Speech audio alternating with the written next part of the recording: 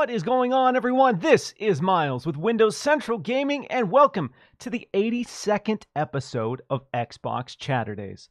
Today, I am stoked to be joined once again by the legend, Windows Central's very own Samuel Tolbert, who's always standing by, ready to rock. I know last week I said Jeff Grubb was going to be here. Apparently, Jeff Grubb forgot he was going to Niagara Falls or something like that. So Sam, the legend, stepping in to fill those shoes. And, second best hair in the game. Samuel Tolbert, how are you doing on this fine Saturday, my dude? I'm doing all right. And yeah, Miles isn't exaggerating. Like, it was very last minute. That's how these things work. And it worked out because I've been up to some cool stuff. So we can talk about that a little more in depth instead of just him like, hey, texting me a couple of questions. Like, he can actually converse with me. I can answer some of your questions. So it all worked out. It all worked out beautifully, yes. You get the second best locks in the gaming journalism game. So exactly. You got the flowing locks Grubb's as well. got number one. I don't know if you guys followed me on Twitter recently. You saw my previous locks. Once upon a time, I had some majestic locks as well. And I posted a funny picture from, I think it was my senior pics from high school. And my hair was just super power metal, hair metal, because that's what I was into at the time. And people's minds were absolutely blown. So if you haven't seen that and you want to do some digging, it is on my Twitter, and it is it's hilarious. It's the glamour shot of me looking sideways, holding a guitar, hair down to my chest. Smoldering. Just smoldering, if you will. But as Sammy T, the legend, has stated, we do have a lot of good stuff to talk about today. We're going to be diving into the latest developments regarding the Activision Blizzard King acquisition, the ongoing saga, the gift that keeps on giving. We're going to be talking about the Dead Space remake because Sam got to play it. I'm not jealous at all, but Sam got to play a good 4 hours of Dead Space. So we're going to be talking about that. We're going to be talking about Phil Spencer's shelves. It's been a minute, but Phil's back, baby. We're going to be talking about some teases he sprinkled in. We're going to be talking about 30 FPS Gate. We're going to be talking about a bunch of other games, the divisive reviews of Scorn, Dragon Ball The Breakers, and so much more. But first, Sam, for the folks who maybe don't know, I know you're a staple, a regular returning figure, but let the folks know who you are and where they can find you.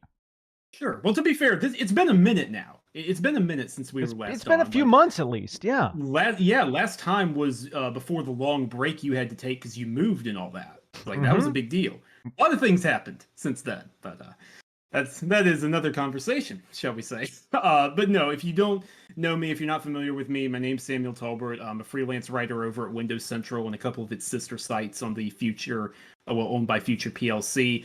Miles and I actually joined Windows Central at the exact same time. I like to joke that we were filling out our paperwork together because we literally were. We learned the ropes together, so it's been kind of cool to see Miles rise and everything he's done with the video scene and the podcasting scene and growing our gaming channel. Because, so much of that has been him, and he's done a great job with that. So, but yeah, and if you're interested in following me, you can follow me on Twitter at Samuel Tolbert, Tolbert. So yeah. All right. Yeah, like Sam said, we've been together since day one over at WC, and it's been cool to see us build up our reputation, our social presence, our coverage. Sam does a lot of great reporting as well, so if you haven't been following Sam's work, he does have a lot of great stuff that's worth checking out over on windowscentral.com. Got to give a quick shout out to all the amazing people joining us live. The folks like Yodani, who mod like a boss. I see Poochie, Hargeet Chani, a lot of amazing returning faces.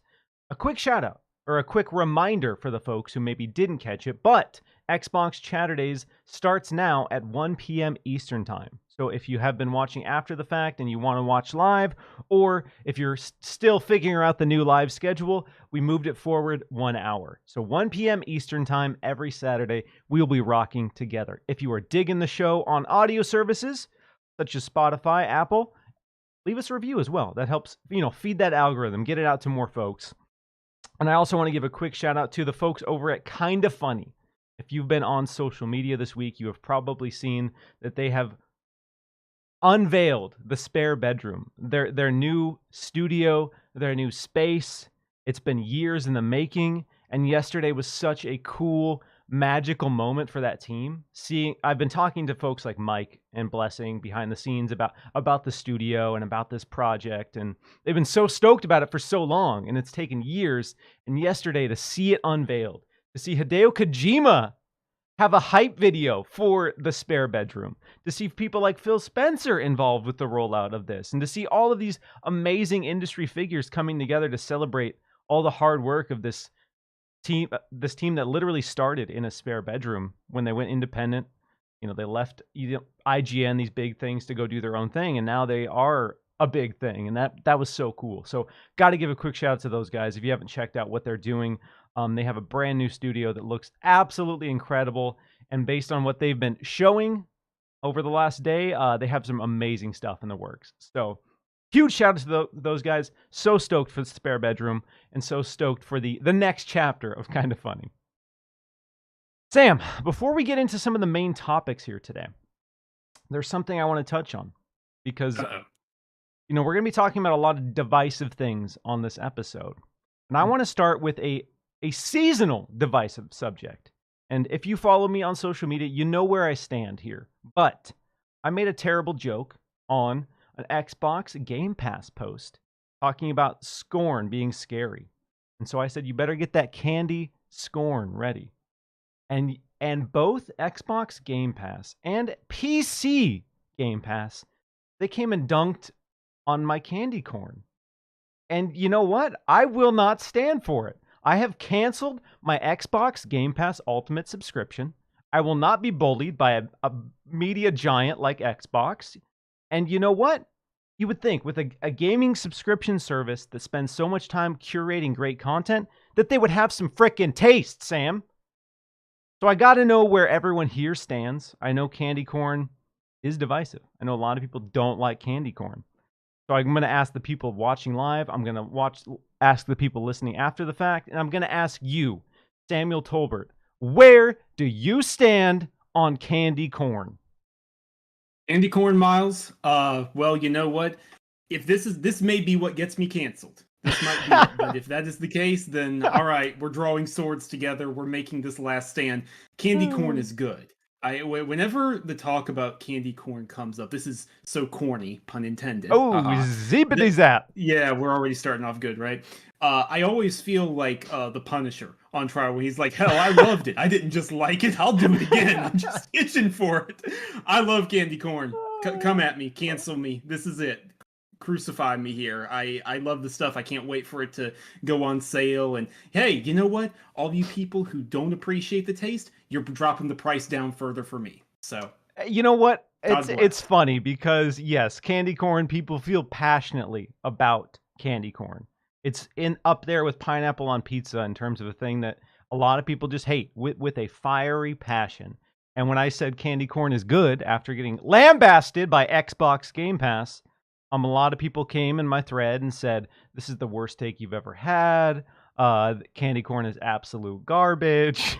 And here's where I stand definitively on candy corn. Candy corn, the first 6 pieces, pure ecstasy, pure delight.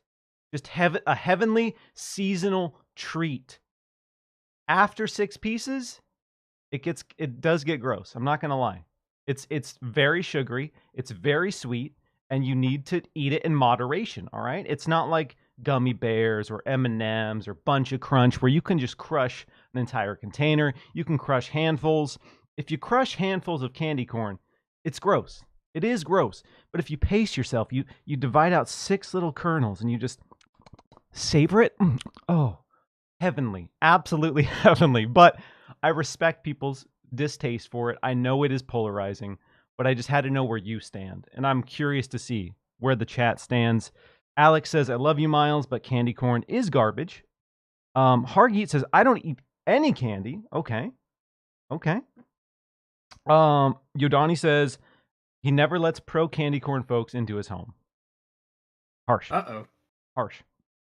But yes, you realize this is going to be like the most disliked episode of Chaturdays. Oh yeah, ever, right? Like this is awful.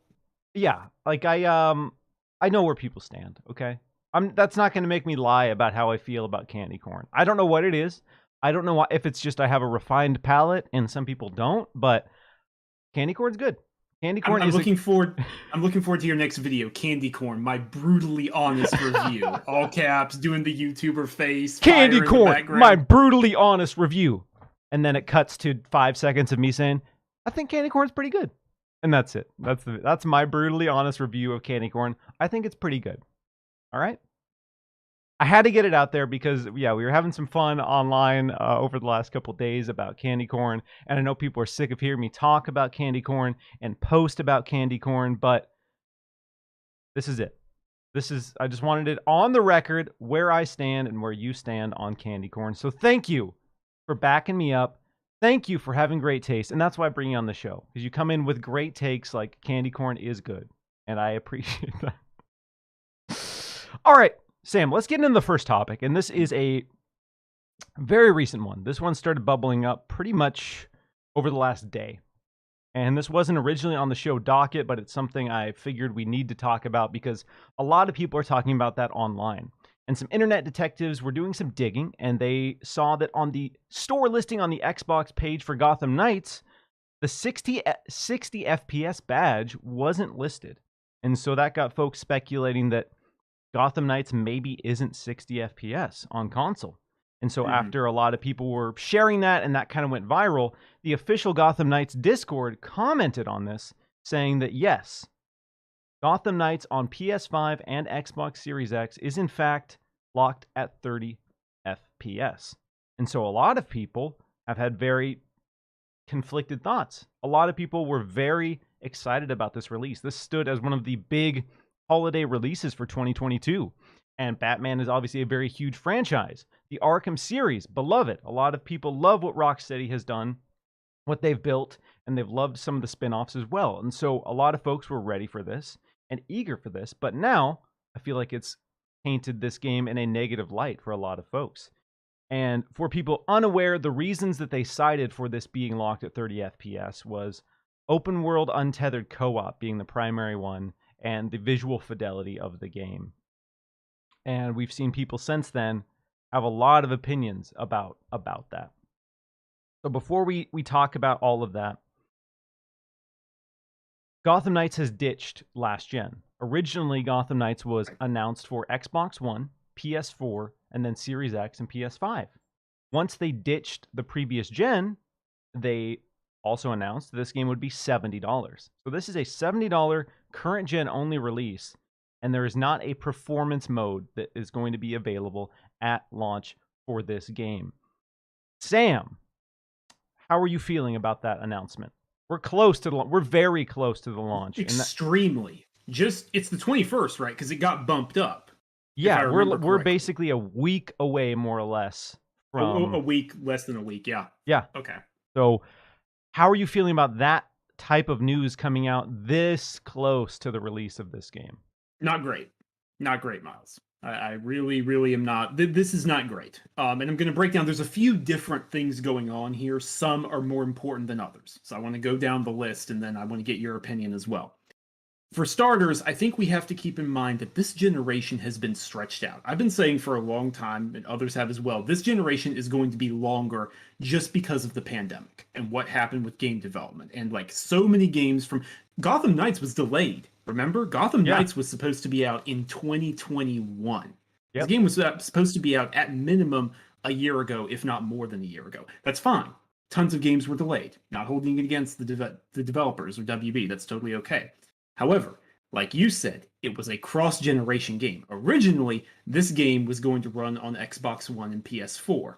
Yep. In light of this recent news, I now shudder to think about what those versions would have looked like. That would have not been great.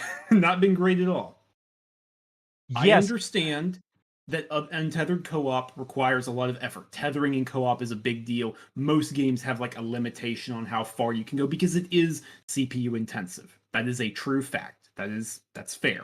Okay. But here's the thing. Two things actually. One, this game is possible to play by yourself. I understand that most people are going to want to play it in co-op. That's the way I wanted to play it. When I was thinking about picking it up, I was going to be like, hey, if I can find a good friend, one of my close friends to play it with, let's do this. Let's save Gotham together. But you can play this game by yourself. Yes. In single player. There is a single player campaign. Yes. You are not required to play this game in co-op. No. So, the other thing is, this game, according to the developers, on Series X and PS5, Series S is presumably cut back a little just because of, the limitations. That's fine. Supposedly, on the two lead consoles there, it runs at native 4K with ray tracing effects. So I'm going to say this as nicely as I possibly can, because I'm not a game developer. I did not work on the game. I don't know anyone who personally worked on this game, or would have rather in a very long time at least. I don't buy it. I don't buy the idea that a performance mode cannot be made for this game. I'm sure it would require cutbacks. I'm sure it would have required or will require a lot of effort. I'm sure you're going to have to turn the ray tracing off. You're going to have to drop the resolution a lot. You might have to reduce other effects. But I don't believe that it couldn't be done. There's just, you look at other games, because this has happened before with other games. Watch Dogs Legion, remember? Yes, that launched ray tracing 4K 30. No performance mode. No performance mode of any kind. They said it couldn't be done. A couple months later, well, a few months to be fair, it was actually more like half a year. What happens? Performance mode. And it was drastic. They did have to cut back a lot. That's fine. Guardians of the Galaxy, Marvel's Guardians of the Galaxy, by Eidos Montreal, before Square Enix yeeted them over to Embracer. Incredible game, love it. You should go play it. It's on Game Pass and PS Plus. So, quick sidebar there. If you haven't played it, please do. But that game has a performance mode. They have to cut back a lot. No ray. There's the 4K 30 visual mode that has ray tracing. It looks gorgeous. The performance mode is 1080p 60 with no ray tracing, but they still managed to do it. I'm sorry. I'm not trying to be rude. I don't buy that you can't do it. And I find it a little suspicious that this information is only just now coming out 6 days before the game launches. I think that's the worst element of this is players have expectations now. As we've seen when Assassin's Creed Valhalla launched and that had 60 FPS and Watch Dogs Legion launched, that was like an experiment with Ubisoft to see what people preferred. Do they want the higher fidelity and the 30 FPS, or do they want the 60 FPS? And I think pretty unanimously, people wanted 60 FPS. And Assassin's Creed Valhalla, in a lot of ways, was better received because it was 60 FPS out of the gate. There were other issues with Watch Dogs Legion, for sure. But the precedent has been set with current-gen consoles that players want an option for 60 FPS. Saints Row, dunked on by a lot of folks, did not have a stellar release. But I have to commend that team because there are a lot of technical elements, and we've seen a developer from Rocksteady come out and unfortunately challenge the gamers, essentially tell gamers that they don't know how game design works. And I think in a lot of cases that is fundamentally true. A lot of us assume things are way easier than they are. I've talked to a lot of developers on and off the record about things like co-op, especially untethered co-op. And so I understand a lot of the principles that go into that. Saints Row, that delivered untethered co-op. And that game was 60 FPS. It wasn't necessarily locked per se, but the physics, that had a lot of high-level physics calculations happening that based on what I've seen from Gotham Knights is not going to have that level of physics. Physics also take a lot of CPU. The in-depth character customization of Saints Row also eats a lot of CPU as well, but they managed to do it. And not only that, they gave you so many options. You had, I think, 4 or 5 different graphics options. So you could do 4K 30, or you could do 1440p balanced and prioritize 60 FPS, or you could do 1440p with ray tracing, or you could do 1080p max settings across the board with ray tracing, or 1080p 120 FPS. And that's something that I don't think a lot of people talked about Saints Row at launch is they gave you so many options because Gotham Knights is available on PC. You're going to be able to pick it up on PC, and I guarantee you, even with my RTX 2070, which isn't that powerful in the grand scheme of things, I'm going to be able to drop the resolution to 1080, adjust some settings, and play that game at 60 FPS. I can pretty much guarantee you that is looking at the minimum specs, and the minimum specs that they've listed for PC are low. They're very, very low. And so they're saying you don't need that powerful of a rig on PC to play this, but they're also telling you that this is based on the one particular developer. I'm not going to say that person's name. I don't want people dogpiling on this developer by any means, but the developer who commented on the situation has come out and said that these new machines basically are capped out. They're not powerful enough. Sorry, it is what it is. We can't do it. And that's kind of the stance that this individual took. And much like you, I I don't really buy that that's the reasoning. I understand if you're a developer, if you're someone who has spent years working on a game, you put all this energy, you're excited to see it launch, you're right next to the launch, and then you have a lot of people coming online and saying, "Oh, this is 30 FPS. I'm not buying this game." And I'm sure if you've invested years of your life, it is going to be frustrating. It's going to be upsetting to hear people say that because it's 30 FPS, everything else could be absolutely perfect. And I'm sure a lot of these people who worked on the game feel that this project is going to be fantastic. To have someone come out and say, well, it's 30 FPS, so I don't care. I don't care about anything else. The rest of the game does not matter to me because it's 30 FPS. And so I understand from the developer's perspective why you would be upset, why you would be frustrated with the discourse surrounding it. But also, expectations have shifted from customers, from players. People want 60 FPS. So I put a poll out yesterday, and I'm going to ask you, I'm going to ask the people watching, but the poll was essentially, would you rather play at 4K 30 FPS or 900p 60 FPS? Sam? I mean, I voted in the poll, and I chose 900p 60 FPS. There might be exceptions, to be clear. There might be a tiny handful of exceptions where, like a turn-based game, for example, where the frame rate it does not matter at all. The kind of games you usually play on your Nintendo Switch. Like, okay, maybe in that instance, I would go for, like, the eye candy instead and choose the 4K. But, like a shooter, third person or first person, no, I'm going to choose the frame rate. 60 FPS just feels so much better. And I don't even mind if the options have to be, very disparate. Just give me the option. That's fine. We've seen with Flight Simulator, Miles, Microsoft Flight Simulator, that has a VRR only performance mode. You have to have a VRR enabled TV in order to unlock the frame rate because it's not great. Even if that's what you have to do, okay, at least you are putting an option out there. At least there is something that, players can do to try and increase the performance on console. Give players the option. Give an unlock frame rate cap. Warning, may not be stable.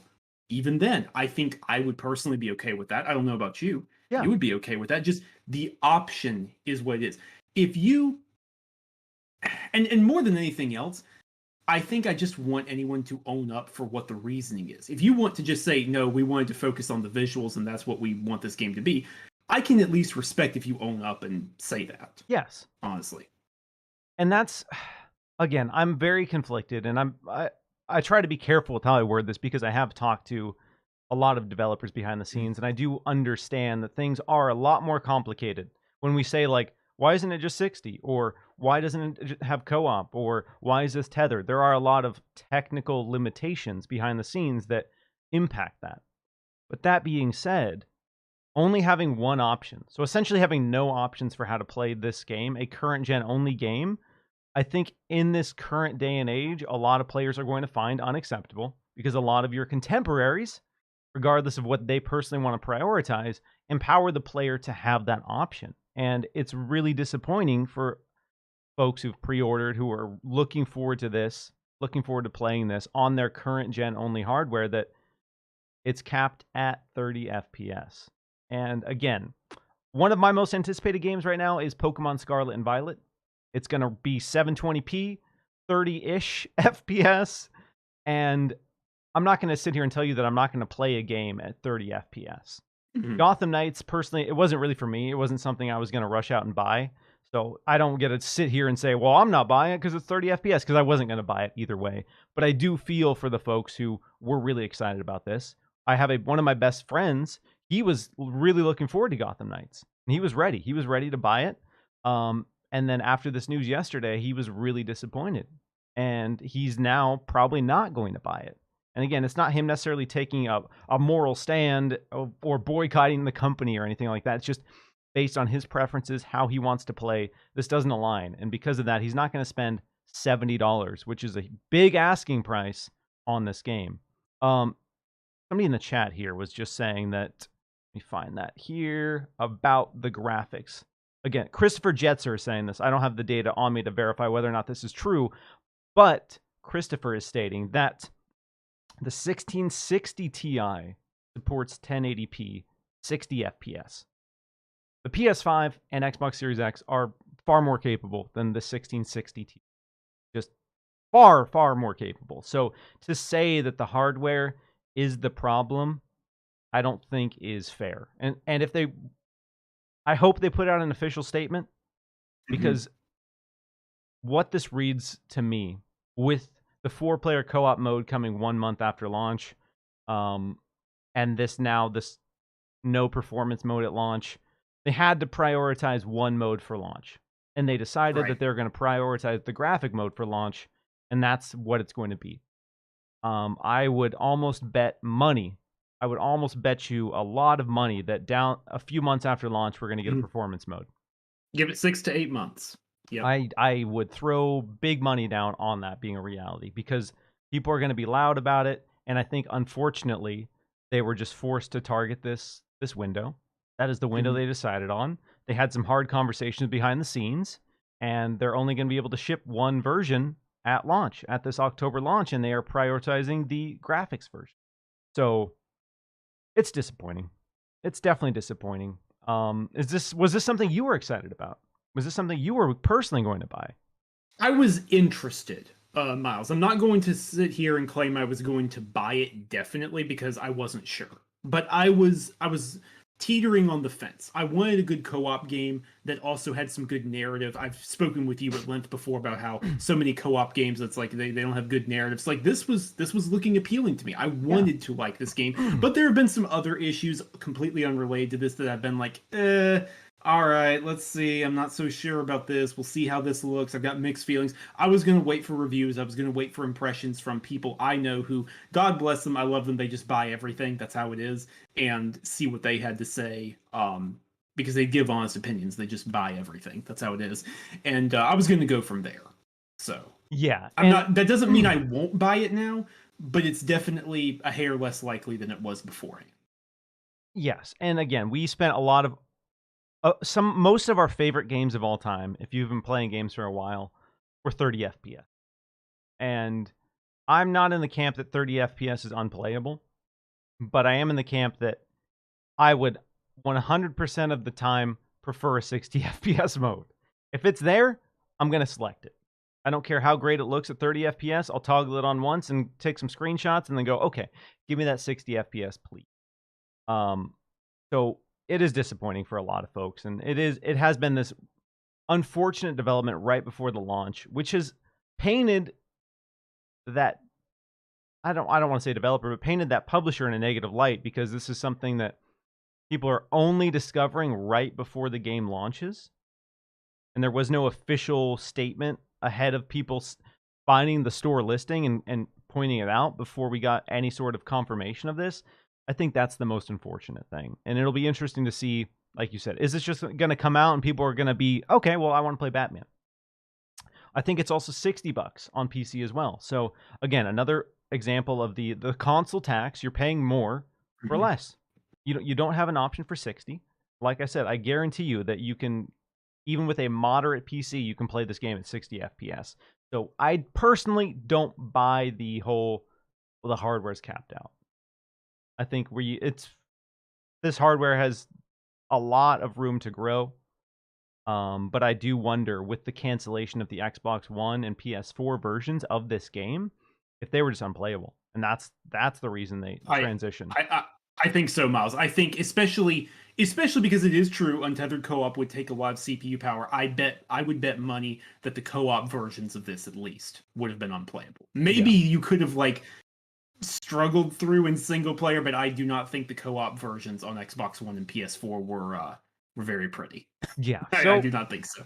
Let us know in the comments, and let us know in the chat where you stand on this. I know it's been very divisive. I know people feel very passionately, and again, I totally get it. If you were excited about this game, you wanted to play at 60 FPS, that dream of playing it at launch it's dead.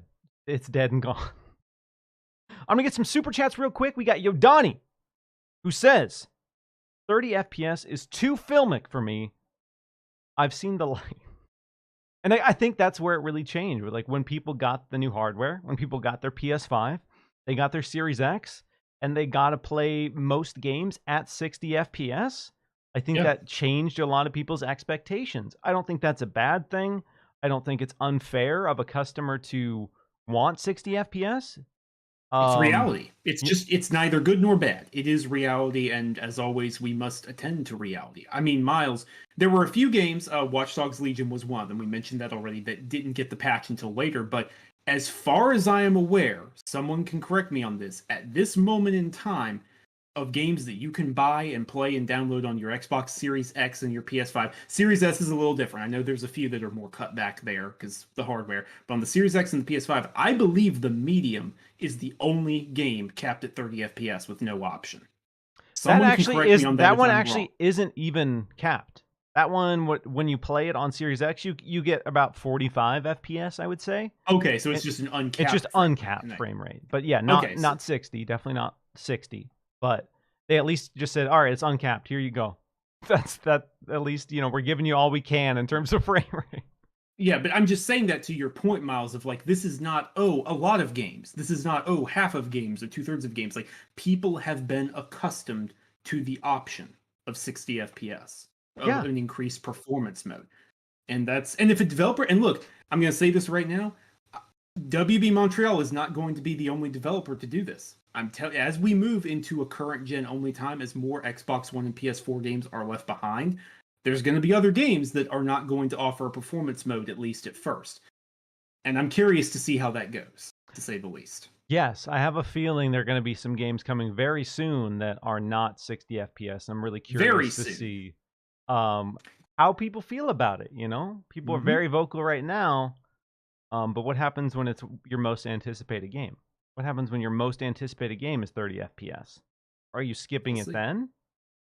I think that's a harder question. It's easy for me to sit here and say, I'm not going to get Gotham because it's 30 FPS, but I probably wasn't going to get Gotham if it was 60 FPS. But you tell me the game I'm looking forward to the most right now is not 60, that's a different conversation. That's an entirely different conversation. Nick W. asks, hi guys, what's your thoughts on Deadly Premonition? Sam, have you played this cult classic, Deadly Premonition? I have not. Take it away, Miles. I cannot offer input here. It's beautiful. It's weird. Deadly Premonition is this cult classic that borrows a lot from stuff like Twin Peaks. It's kind of a supernatural horror. I say horror very lightly because most of the time you're laughing at the absurdity of all of it. I like it. It's very corny. It's very campy. It reminds me of B horror movies from the early 90s in the best ways. If you are a horror fan, I must say, if you're a campy horror fan, it's not traditional horror. It's not scary at all. Deadly Premonition it's a blast. It's a cult classic. It is the right kind of bad. It's so bad that it is almost perfect. Is how I would describe Deadly Premonition 1. I haven't played the sequel because I've heard really mixed things. Actually, I've honestly just heard really negative things, and that's unfortunate. But the original, Deadly Premonition, I think Origins, they re-released it. If you haven't played that, check it out. Sam, actually, hold on. I got to give a quick shout out to all the amazing people joining us live on youtube.com/Windows Central Gaming. If you are digging the show, hit that like button, share it out. Let's pump these numbers up. Smash that like button, if you will. Subscribe, ring the bell. You know the drill. With that being said, and we got to talk about Phil's shelves. And it's been a little while since we've gotten to break down and examine Phil's shelves. Because every time he's in a video or every time he shares a picture of his shelves, it's a moment. The internet detectives are busting out their magnifying glasses and they are combing over every nook and cranny for clues, Easter eggs, hints at what's next for the future of Xbox. Because infamously, Phil Spencer straight up hid the Xbox Series S on a bookshelf ahead of the reveal of that. So he's notorious for being sneaky. The Luden statue. That was highly debated whether or not that meant anything. And as we know Took a while now, for that one. Took a long while for that one to pan out. That one was sitting, percolating for a while before that came to fruition, but now we know Kojima is working on an Xbox. Kojima Productions is working on an Xbox exclusive. So, I'm going to drop a little picture here for the folks watching on the video version. This is what we're working with here. This is the latest picture that was celebrating basically the 25th anniversary of Fallout. So he was highlighting the Pip-Boy. He was saying, congrats to Bethesda, congrats to 25 years of Fallout. It was just a very wholesome post about this anniversary. One thing everyone has pointed out, if you have not seen this picture, at the very top of his shelf, right underneath that epic Elden Ring sword, is a teeny tiny Xbox device that looks eerily similar to an Xbox Series S, like a little baby Xbox Series S. So this has got people speculating that maybe Phil is showcasing or teasing the long-rumored Xbox Keystone, which is the cloud-only Xbox device. Windows Central has previously reported on this. Jez Corden has previously talked about this, but essentially this would be a very low price point device that would connect to your TV via HDMI. This would allow you to stream games via Xbox cloud streaming, and it would also integrate streaming apps, Netflix, HBO, etc. So Sam, what do you think about this? Do you think Phil is actually teasing new hardware just in plain sight? This one's not even hidden. This is not a subtle tease. Hidden is doing some work in that sentence, was what I was about to say. I mean, I think so, Miles. The official Xbox, or was it the Xbox Game Pass? One of the two accounts even directly replied to Phil and said hey, Phil, stop, teasing old prototypes on putting them on your shelf. So I think so. I do think, and Jez has talked a little bit about this as well. I know he was talking about this on his podcast with Rand yesterday. I didn't catch the full thing, but I caught him talking about this. That isn't the final look. It has probably changed a little bit more. Jez's reporting has indicated that device is not exactly what Microsoft has settled on. They're going to be evolving it a little more. They're thinking through it a little more. But no, I think it absolutely is. And it's a fun tease. It's a fun tease. Yeah, it's a fun tease. And Jez has reported on previously, it sounds like there was one model, one iteration that they had, but that is being reworked and redesigned a little bit before they bring it out to market. So maybe this was the original prototype. It's just a fun relic that he has to let people know that, this is something they're still working on and this is what it could have looked like, but maybe this isn't the final iteration of it. Because I imagine if it was the final iteration, it would maybe be a little more subtle, a little more hidden, but I don't know, maybe he is just going all out and saying, this is what we're aiming for, little baby Series S, and I think that would be fun, little miniature Series S. So now I got to ask some questions about this device and ask you and the community what you would want from this device. So I have a couple big questions. When I'm looking at the marketing potential of this, when I'm looking at the appeal of this, what features would you want from this device? And what price point would you want a streaming-only Xbox device to hit?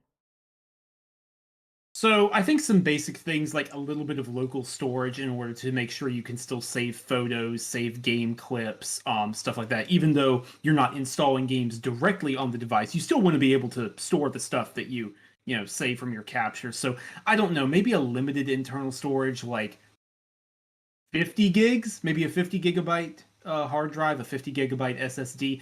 And actually, now that I'm thinking about it, it would still have to be an SSD just to make sure the operating system is fast. So, a very tiny SSD, not meant for storing games. I think that would make sense. Media center stuff, it needs to be... My thinking here, Miles, honestly, is try to rival Apple TV in terms of media center stuff. Make it so all your entertainment in one place. I know Jez and others at Windows Central have written before about how Microsoft has not done a great job sometimes with its media center stuff. Maybe they have improved in recent last couple of years. They have gotten a lot better about it. Still a ways to go. So revamping some of that stuff, making that stuff available. Because if people are streaming their games, they're also going to want to stream movies. They're going to want to stream TV shows. I think outside of that, a lot of the stuff that I would like to see from this thing is stuff more directly related to xCloud, or Xbox Cloud Gaming Beta, rather. I think that service still needs to, maybe not necessarily come out of beta, but it still needs to improve. I like a lot of things about it, but for example, starting up a game still takes too long, in my opinion. Stadia it can be a minute or more. It can be a minute or longer. it can be a long time. And if you exit out, it's gone instantly. Or like you might have a few seconds, but if you tab away to check a notification on your phone or your tablet, like you're done. That's it. So Yep. it needs to be able to handle maybe even multiple streams. Potentially, I don't know how that would work. I don't know if that's possible, but just I can swap between up to 3 games at one time, something quasi quick resume. I think that could be interesting to make sure that people, because you have to keep in mind, this is going to be targeted at mass audience. This is meant for casual players. It needs to be as accessible as possible. Yes. You are targeting the people for whom the $300 comes with a game and Game Pass bundled in Series S is still too expensive. And if you're going to hit mass market, you need to go as broad as possible. Those are the things that come to mind for me. Last, because I know you're going to ask this, so I'll just preempt you a little bit. Pricing, I struggle to see this thing succeeding if it's well over $150. Honestly, $100 would be the ideal. I agree wholeheartedly with pretty much all of your points. This device needs to be hyper affordable because they've already come out with the Series S, which we've seen on sale at Target for $250 already.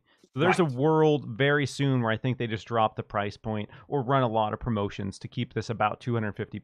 So let's say by the time this comes out, we can expect the Series S to have a value of $250 because it's going to just continue to be bundled with games, Game Pass, controllers, whatever the case might be. $250. So, like you said, this needs to be for someone who is not going to spend $250 on an Xbox console. That being said, it also needs to deliver an experience that is compelling. You're trying to build up Xbox Cloud Gaming. You're trying to convince a mass market that Xbox Cloud Gaming is a viable substitute for some people. Again, they're not trying to replace core consoles with cloud gaming. They have said that time and time again, but there's a contingent of people who aren't ever going to buy a console. And so this needs to be, in my eyes, $100. It needs to be $100, and then they should offer a bundle that comes with either a controller and 3 months of Xbox Game Pass for $150, like the Pro Edition or whatever the case might be here. But the core device needs to be about $100. Outside of that, if you start getting upwards of $150 and beyond, you're looking at, I can just spend $100 and get an actual dedicated console that can do all of this. It can do all of this. So some big asks for me, it needs to have 4K for the apps that support it. It needs to have the best possible Wi-Fi card imaginable. It needs to have stellar Wi-Fi because people are not going to be hardwiring this thing. They want the convenience. And we've seen with Wi-Fi adapters and cloud gaming that it can be hit or miss. And if that experience isn't rock solid, people are not going to be excited about the future of cloud gaming. So this needs to be affordable, it needs to check a lot of boxes, and it needs to deliver an experience that gets us close to native. It doesn't have to be as good as native, but as we've learned, convenience is more important than anything else to most people. So if you can give people a cheap experience that is good enough on a lot of levels and close enough to native, they're happy. They will be fine with that. There will be the people who want the dedicated experience, who want the dedicated hardware, but this does have the potential to open up the Xbox platform to way more people.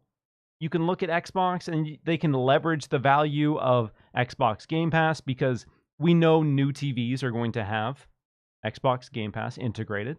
We know Samsung's doing that. We can safely assume other manufacturers are going to be doing that.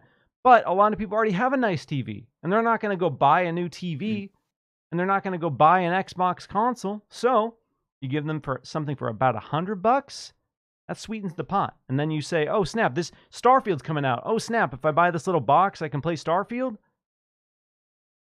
I mean, that's enticing. And that's what this is about, is just growing Xbox's footprint. Getting Xbox into as many homes as possible and getting Xbox onto as many devices as possible, because that's Xbox's strategy right now. It's not necessarily about the Xbox Series X and S. It's about the Xbox ecosystem, the Xbox platform. And this is just another chess move in kind of growing that global presence. So this needs to be hyper affordable. This cannot be a $150 baseline item. It just, in my eyes, it can't. Because there are going to be people who say, oh, it's only cloud and it's $150 plus I need a subscription, I'm good. So ideally, if they can bundle a controller and keep it They can give you a controller and sell this thing for $100. I think that's the way to go, and just sell it at a loss and get people sub to the subscription service, because that's your primary goal with this device. But that's a hard ask, because I know they want to make sure that the experience is good, and that is why they are doing a dedicated box instead of a streaming stick. Because they could do a super cheap streaming stick, have it be good enough, and be on their way. But this needs to be better than good enough. This needs to be an experience that is close to native, as close to native as we can get. Otherwise, people are going to bring Xbox into their home for the very first time. They're going to have a negative experience with this service, and that's it. That was their shot to bring someone onto Xbox, and now they're like, I tried it, I didn't like it, the experience wasn't good. And that's not a good place to be. Yep. So I got to ask, Sam, there's some other stuff on the shelf, and Phil is notorious for teasing other things on the shelf. Obviously, Luden's still there, still loud, still proud. Luden's standing right in the center. One other thing that caught my eye, and maybe I missed this on a previous shelf tease, but something that stood out to me is now the Alan Wake faceplate is directly under the Xbox light, the Xbox logo. Do you think there's anything of significance to that? I thought that was interesting, and I don't remember seeing that before, but I'm leaning towards no.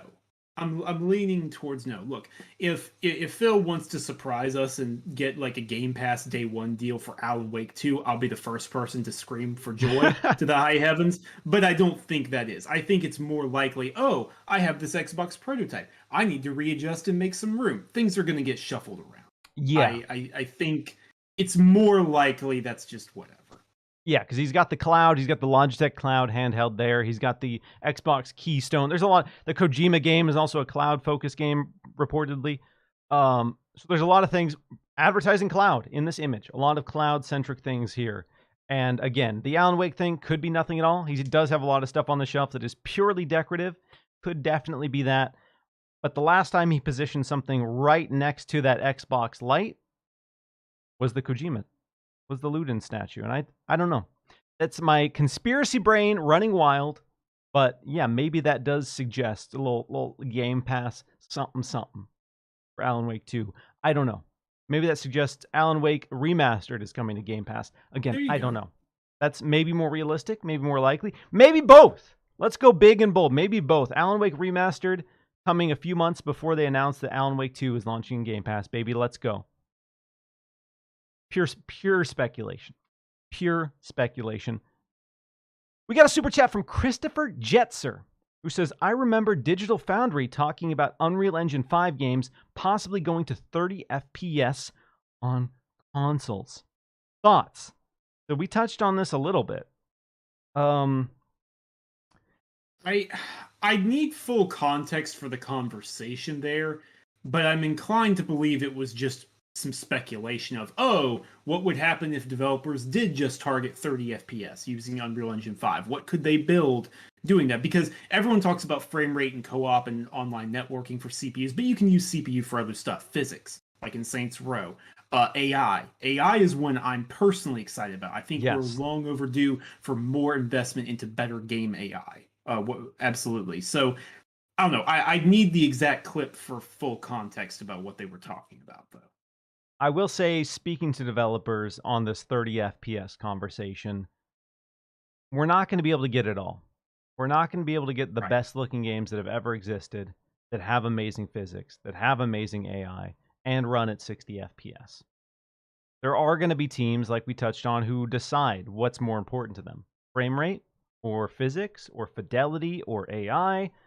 And it's going to be this delicate balance to figure out what they can achieve and what the audience is going to accept. As we've seen with Gotham Knights, a lot of the audience is not stoked. I put out that poll asking if you would rather play at 4K 30 or 900p 60, and it's got 3,000 votes, I think, at this point, and 81% of people would be willing to play a game at 900p 60 FPS instead of 4K 30. And that says a lot about what people want and what people expect. So, hypothetically, let's say a Hellblade 2, let's say a Starfield, for example, those don't end up being 60. I would be very curious to see how the community feels about that, and how the developers and platforms kind of justify that to players, because I think there will be some conversations where we have to decide. And as we've talked about, people are accustomed to that 60, baby. People are very accustomed to that 60. And so if we lose that with big games, I think people are going to be very upset. And I imagine that Starfield is going to figure out a way to be 60. Hellblade, I'm curious. I'm very curious if Hellblade is going to be 60, to be honest, because they are targeting maximum visual fidelity. They want this game to look beautiful. And what we've seen, it looks incredible. It looks absolutely visually stunning. It's a very cinematic experience. So are they going to say, well, it's hyper realistic, it's cinematic, so therefore it doesn't need to be 60? I don't know. Again, if I can have the option, I'm going to do it. So maybe they'll just say, all right, this is our way we recommend you play the game, but here's potato mode at 60 FPS if you want it. And I think a lot of people, if you give them that option, that's all they want. That's all they want. Hargi Chani says, wasn't Alan Wake 2 marketed by Sony? Not likely that it is coming to Game Pass. I don't remember who revealed Alan Wake 2. I know it's an Epic Game Store exclusive on the PC side. I don't know if that's going to impact its potential for Game Pass. I'm not sure either of them have the marketing for it, to be honest. I mean, they might. That's entirely possible. I don't remember anything standing out in my mind to be like, oh, it's one or the other. Yeah, and I think the reality is we have people say like, oh, well, doesn't this company have marketing for X game? I think with most games, it's not. The marketing isn't exclusive. Right. My understanding is that rarely is marketing exclusive. With stuff like Battlefield, yes, Xbox did have the marketing rights for that. That leaned heavily into Xbox. But there are a lot of games where, Elden Ring, for example, revealed on an Xbox stage. That doesn't mean, obviously that didn't mean Xbox had any sort of marketing exclusivity. So I don't know. I don't think that we can say right now that Sony has marketing rights for Alan Wake 2. All right, Sam. It's that time of the week. We got to talk about the Activision Blizzard King acquisition, the ongoing drama. And it's coming in waves for me, Sam. If I'm being honest with you and I'm being honest with everyone here, I'm getting really conflicted on how I feel about talking about it. Some weeks, there'll be a great comment that comes out and I'll say, ooh, this is exciting. This is juicy. Yeah. We would never, ever get these comments under normal circumstances. We would never have Xbox come out and say they're in third place and PlayStation is obviously the market leader. Like, that stuff doesn't exist normally. And then there are weeks where I go on Twitter and see people talking about it and think to myself, man, I am sick of hearing about the Activision Blizzard King acquisition. But that being said, it is the biggest story in the industry right now. Hands down.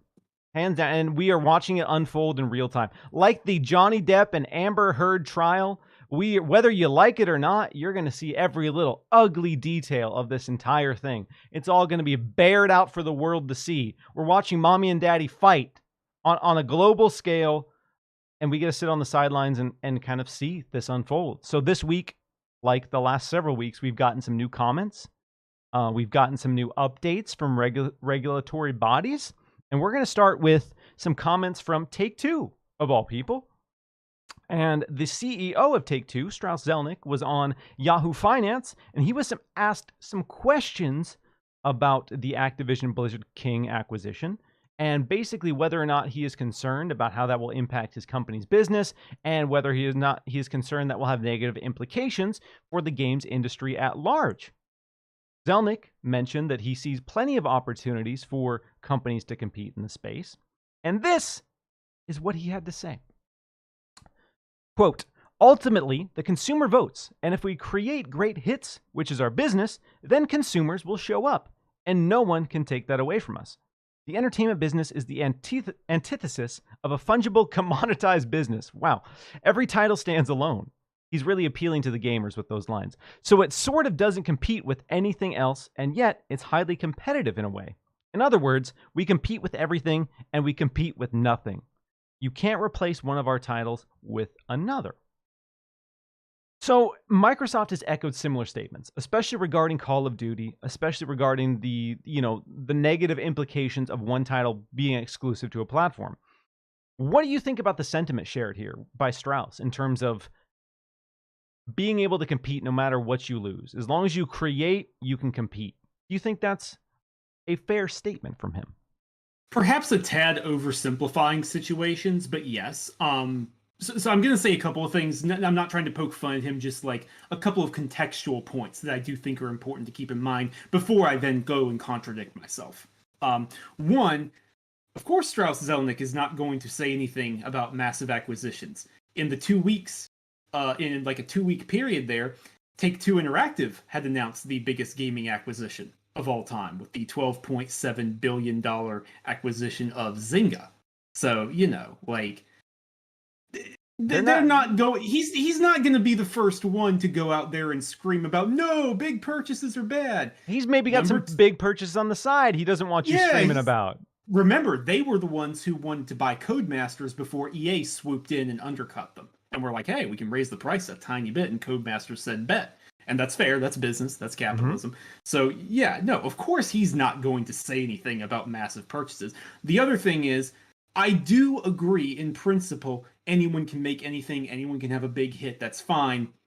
There's a little bit of difference between a tinier company, a smaller studio, and the company making Grand Theft Auto and keeping Grand Theft Auto online. Grand Theft Auto Online is perhaps the only gaming war machine that can accurately be compared to keeping Call of Duty chugging year after year. Annual game, more maps, more experiences, more modes. Like, it's Rockstar Games and then Activision. It's basically the only thing I think is a fair comparison in terms of how many people you have working on just one franchise. So I think that's an important bit of context. Those two things said, yes, I agree. Yes, I agree wholeheartedly with what he's saying. Competition will drive innovation. It's going to, and Microsoft, and we'll talk about this in a minute, I have a feeling, unfortunately. Yes. But he's correct. Microsoft is not going to be incentivized to remove something like Call of Duty because that leads to the rise of, oh, there's no Call of Duty here. It's easier for something to take its place. It's hard for something to take Call of Duty's place if Call of Duty is right there. But if something isn't there, if Grand Theft Auto, for whatever reason, isn't on a platform, all of a sudden it becomes easy for something else to compete with Grand Theft Auto. So I broadly agree with those points he was making. I do as well. And again, he's in a very privileged position compared to a lot of other publishers and developers. Like you said, this is the publisher that has Grand Theft Auto under their banner. They are just swimming in capital because of that. And there were some outrageous and totally unsubstantiated rumors that a while back that PlayStation was trying to get exclusivity for the upcoming Grand Theft Auto. Mm-hmm. And imagine that scenario. Imagine if somebody swooped in and bought Take-Two and was talking about making Grand Theft Auto exclusive. We would be having the exact same Call of Duty conversations. Right. You'd have people coming out and saying, well, you can't compete with Grand Theft Auto. Grand Theft Auto is a platform of its own. And then again, you look at the money that Grand Theft Auto makes and you think to yourself, why would I make this exclusive?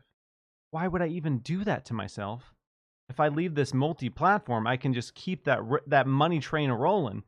And I think Strauss brings up some interesting points here. Like you said, I think a little oversimplified, but we've seen people create and we've seen new IPs explode and we've seen new IPs come out of nowhere and be this force to be reckoned with and compete with Call of Duty. Elden Ring, the latest example. Elden Ring came out and did Call of Duty numbers. And that's a new IP. That is a brand new IP, and that is so rare. From Software obviously built up a big legacy, and there's a lot of marketing behind Elden Ring. But that being said, that was a new IP that came out and competed with Call of Duty. And so it can be done. It's not often, but it's not impossible. And I think that is the distinction that they're trying to make, and that's the distinction that I think the CMA will probably try to, and other bodies will maybe potentially look at and try to discredit and say, okay, yeah, sure, it's not impossible, but how often does it happen? And who is going to be allowed to? And then, there are implications that we can potentially talk about that are interesting. But in this context here, obviously Strauss and his team, they want to buy more. It's acquisition time. Everyone is buying everyone. And so if you are in a position to have the capital to buy big other companies, you obviously aren't going to come out and say, this is bad. This is going to be bad for the industry, because you have some stuff planned, or you want to be in a position where, Microsoft is going to back you up, because Strauss came out and said that we see Microsoft as allies. We're buddies. We're chill. Mm-hmm. And so, when homie Strauss announces some ridiculous acquisition, he's going to look at Microsoft and say, I backed you up, dog. Where you at?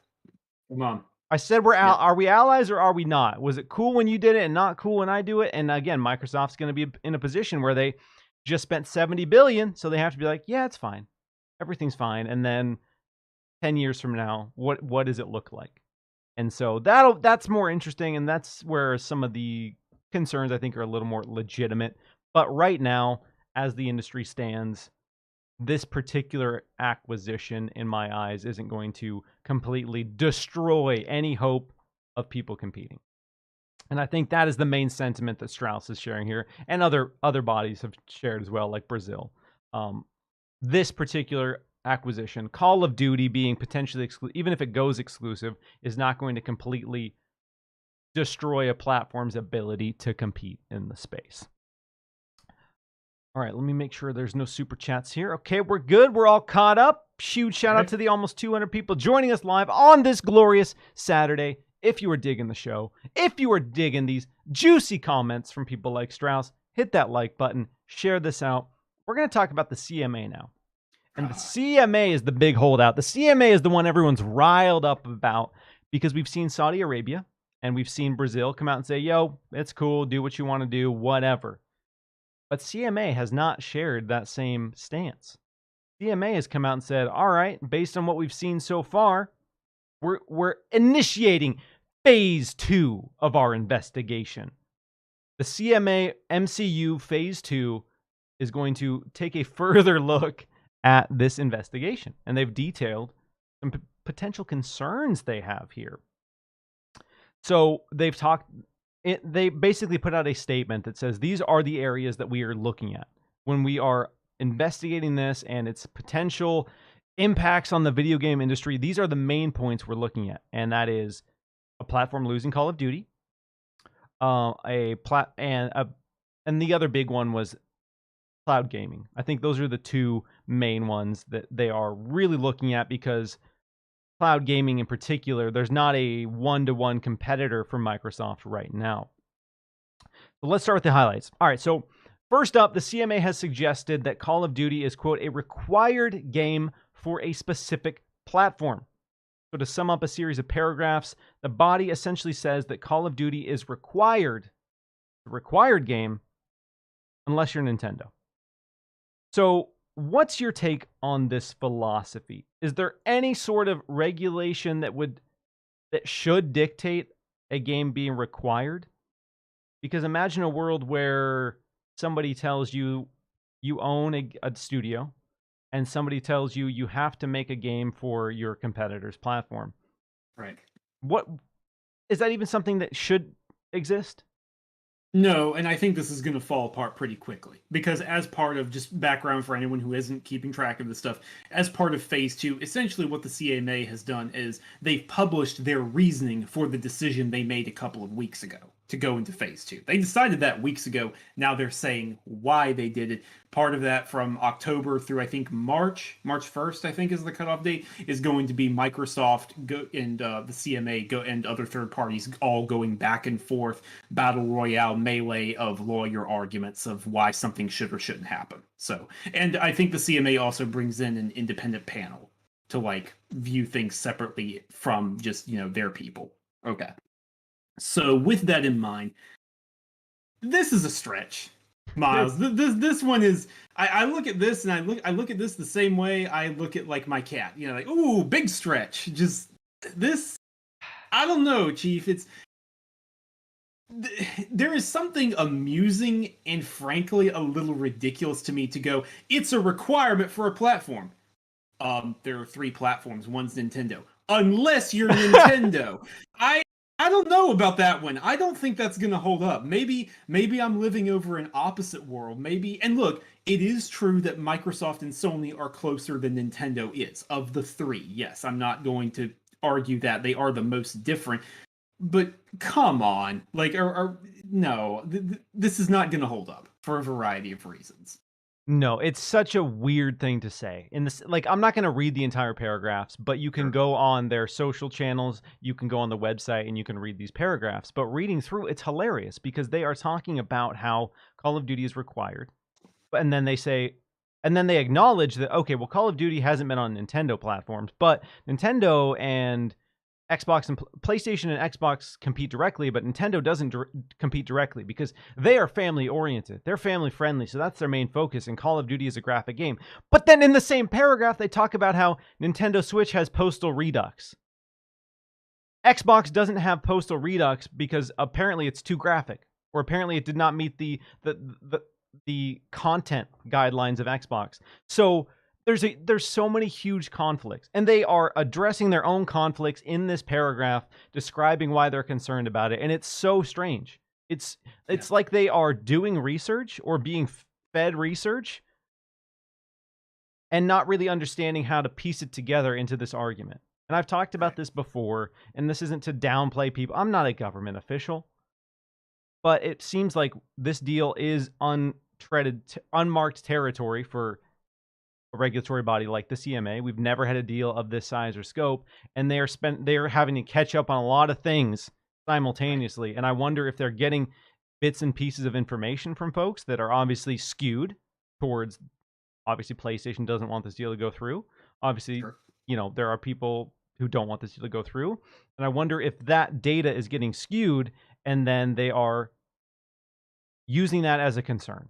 And again, I don't think it's unfair, and I don't think it's unheard of. A lot of people are like, "Oh, this deal's closing in August." No, Microsoft came out and said this is probably closing in 2023.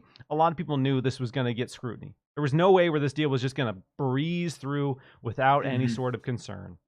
And again, the CMA obviously has the most concerns right now, but we don't know how the FTC is going to feel. We don't know how the European Union is going to feel.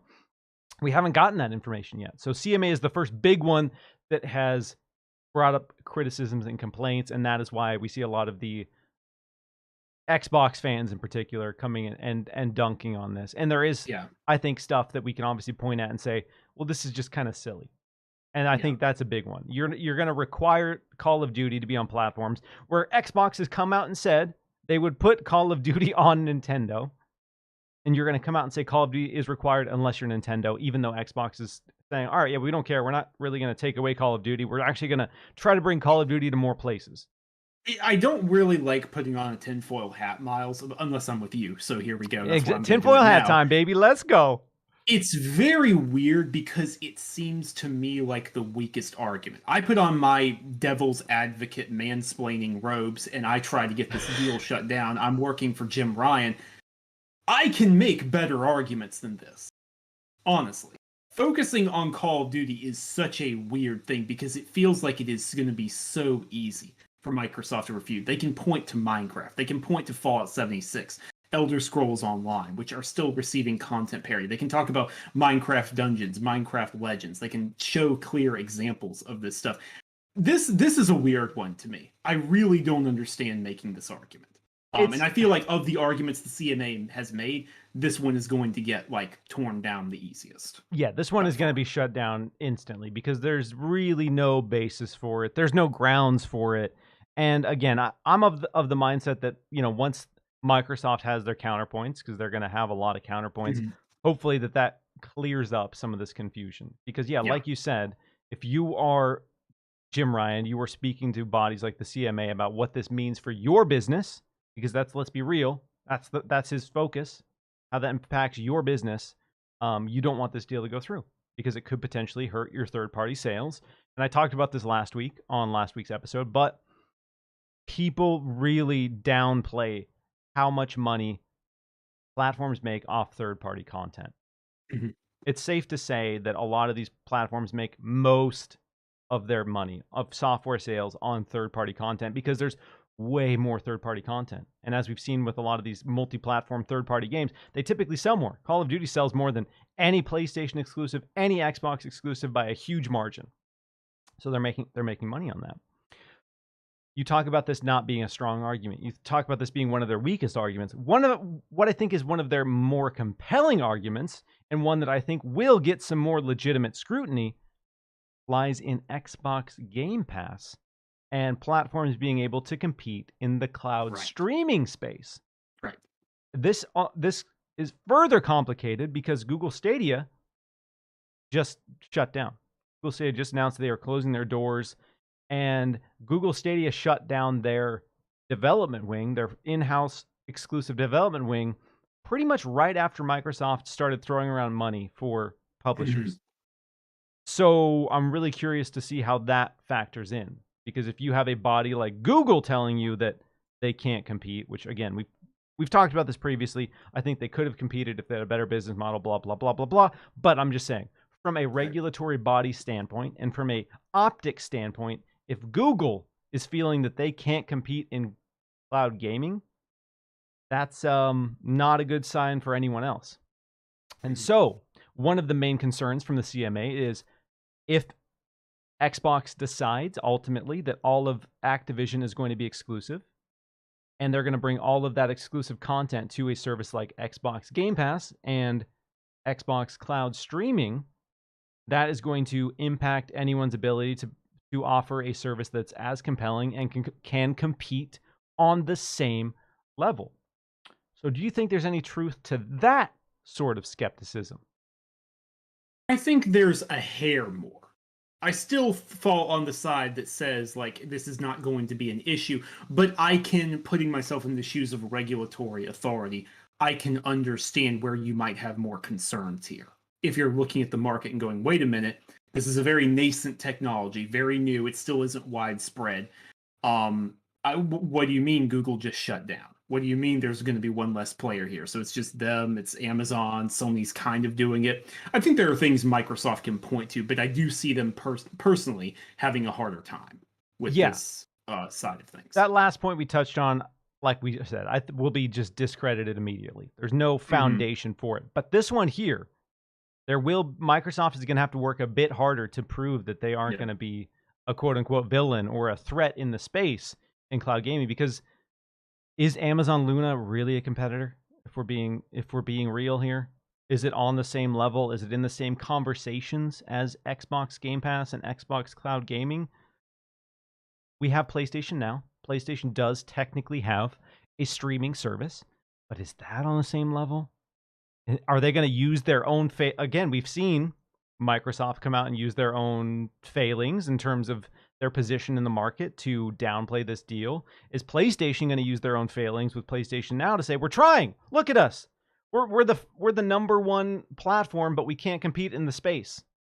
So how else is anyone else going to compete? Because they can do that. I think that's, whether or not it can be downplayed or not, I think that's a fair statement to say. If PlayStation is the market leader and they can't compete in the cloud gaming space, how the hell is anyone else supposed to? And those are the things that I think Microsoft is going to have to really work and say, okay, no, it's okay. We're cool. We're chill. We're going to keep some stuff multi-platform. Don't worry about Call of Duty. That's still going to be there. It's all good.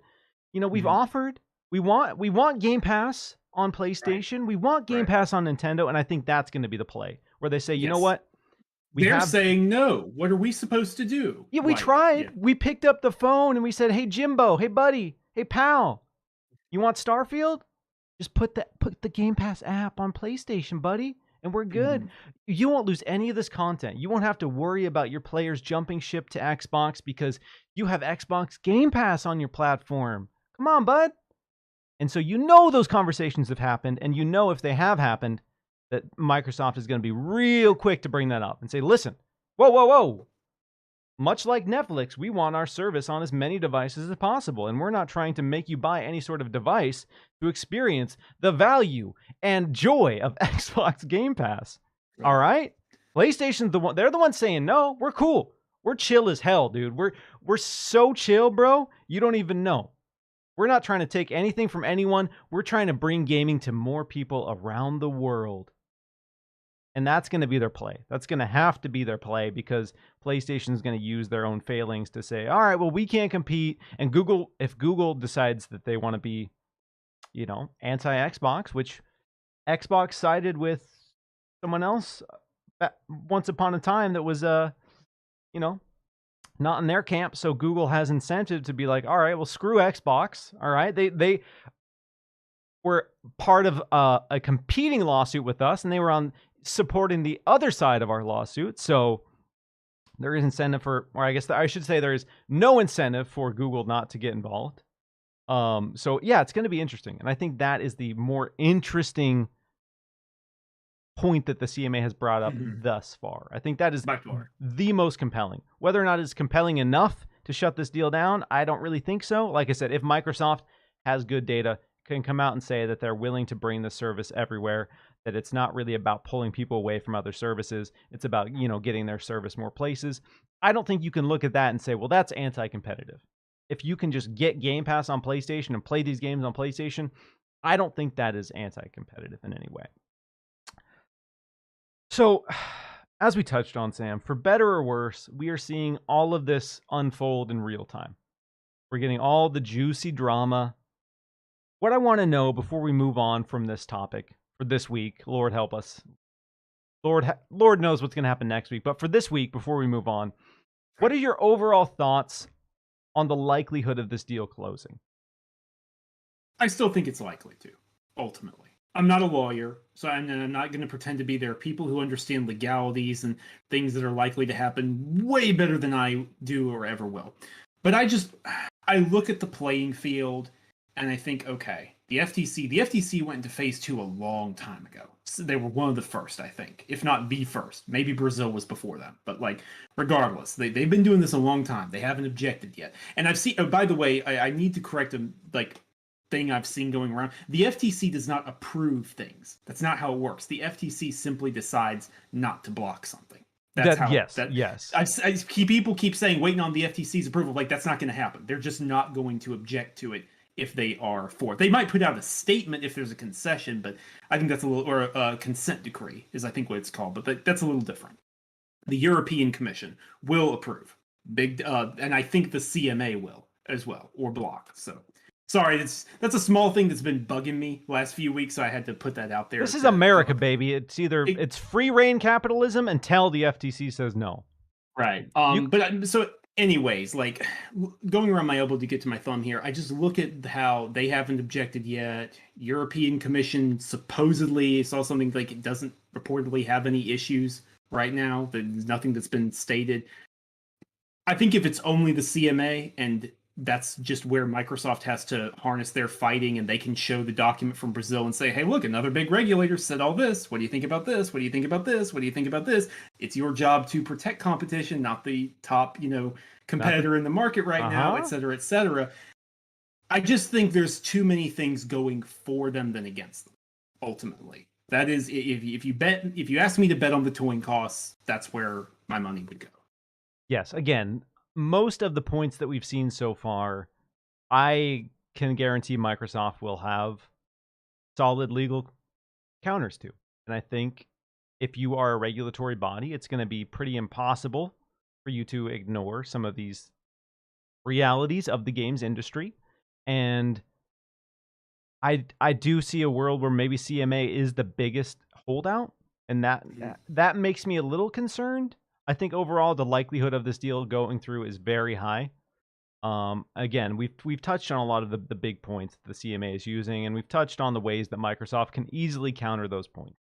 And again, if you are in that position as a regulatory official, you should be able to see that this isn't going to damage competition immediately. And that is ultimately the goal. We can talk about the hypotheticals for what this means down the road, if more acquisitions happen, if more and more things, start to unfold. And in a lot of cases, it is kind of a chain reaction, as we've seen a lot of people invest in the industry. But when you look at the deal isolated, which is their objective is to look at this deal as an isolated moment and how this deal will impact the industry.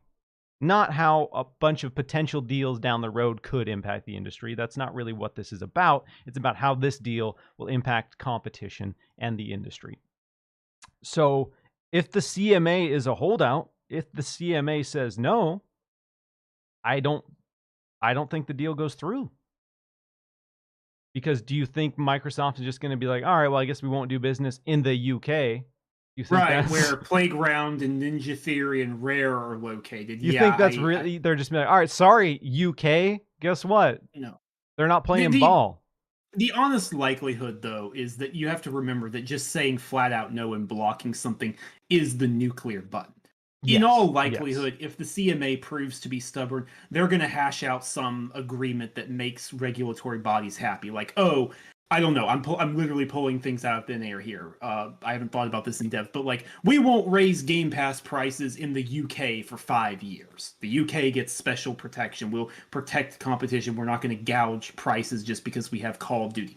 Something like that I can see. Or even, oh hey Sony, that 3-year agreement we offered you, even though you know darn good and well that we would offer another one when this 3 years are up, and you know you're just playing the system here. How about a 6-year deal? Does that look a little better? A 7-year deal? Does this look nicer to you, everybody? Something like that, if there is an issue, is the most likely scenario. Yeah, I think really PlayStation maybe isn't. I mean, obviously PlayStation wouldn't want the deal to go through in any capacity, but really I think this is more about trying to get some concessions in place. And I think the CMA might be the market that's going to favor those concessions or has the potential to favor it. It could go through without any restrictions.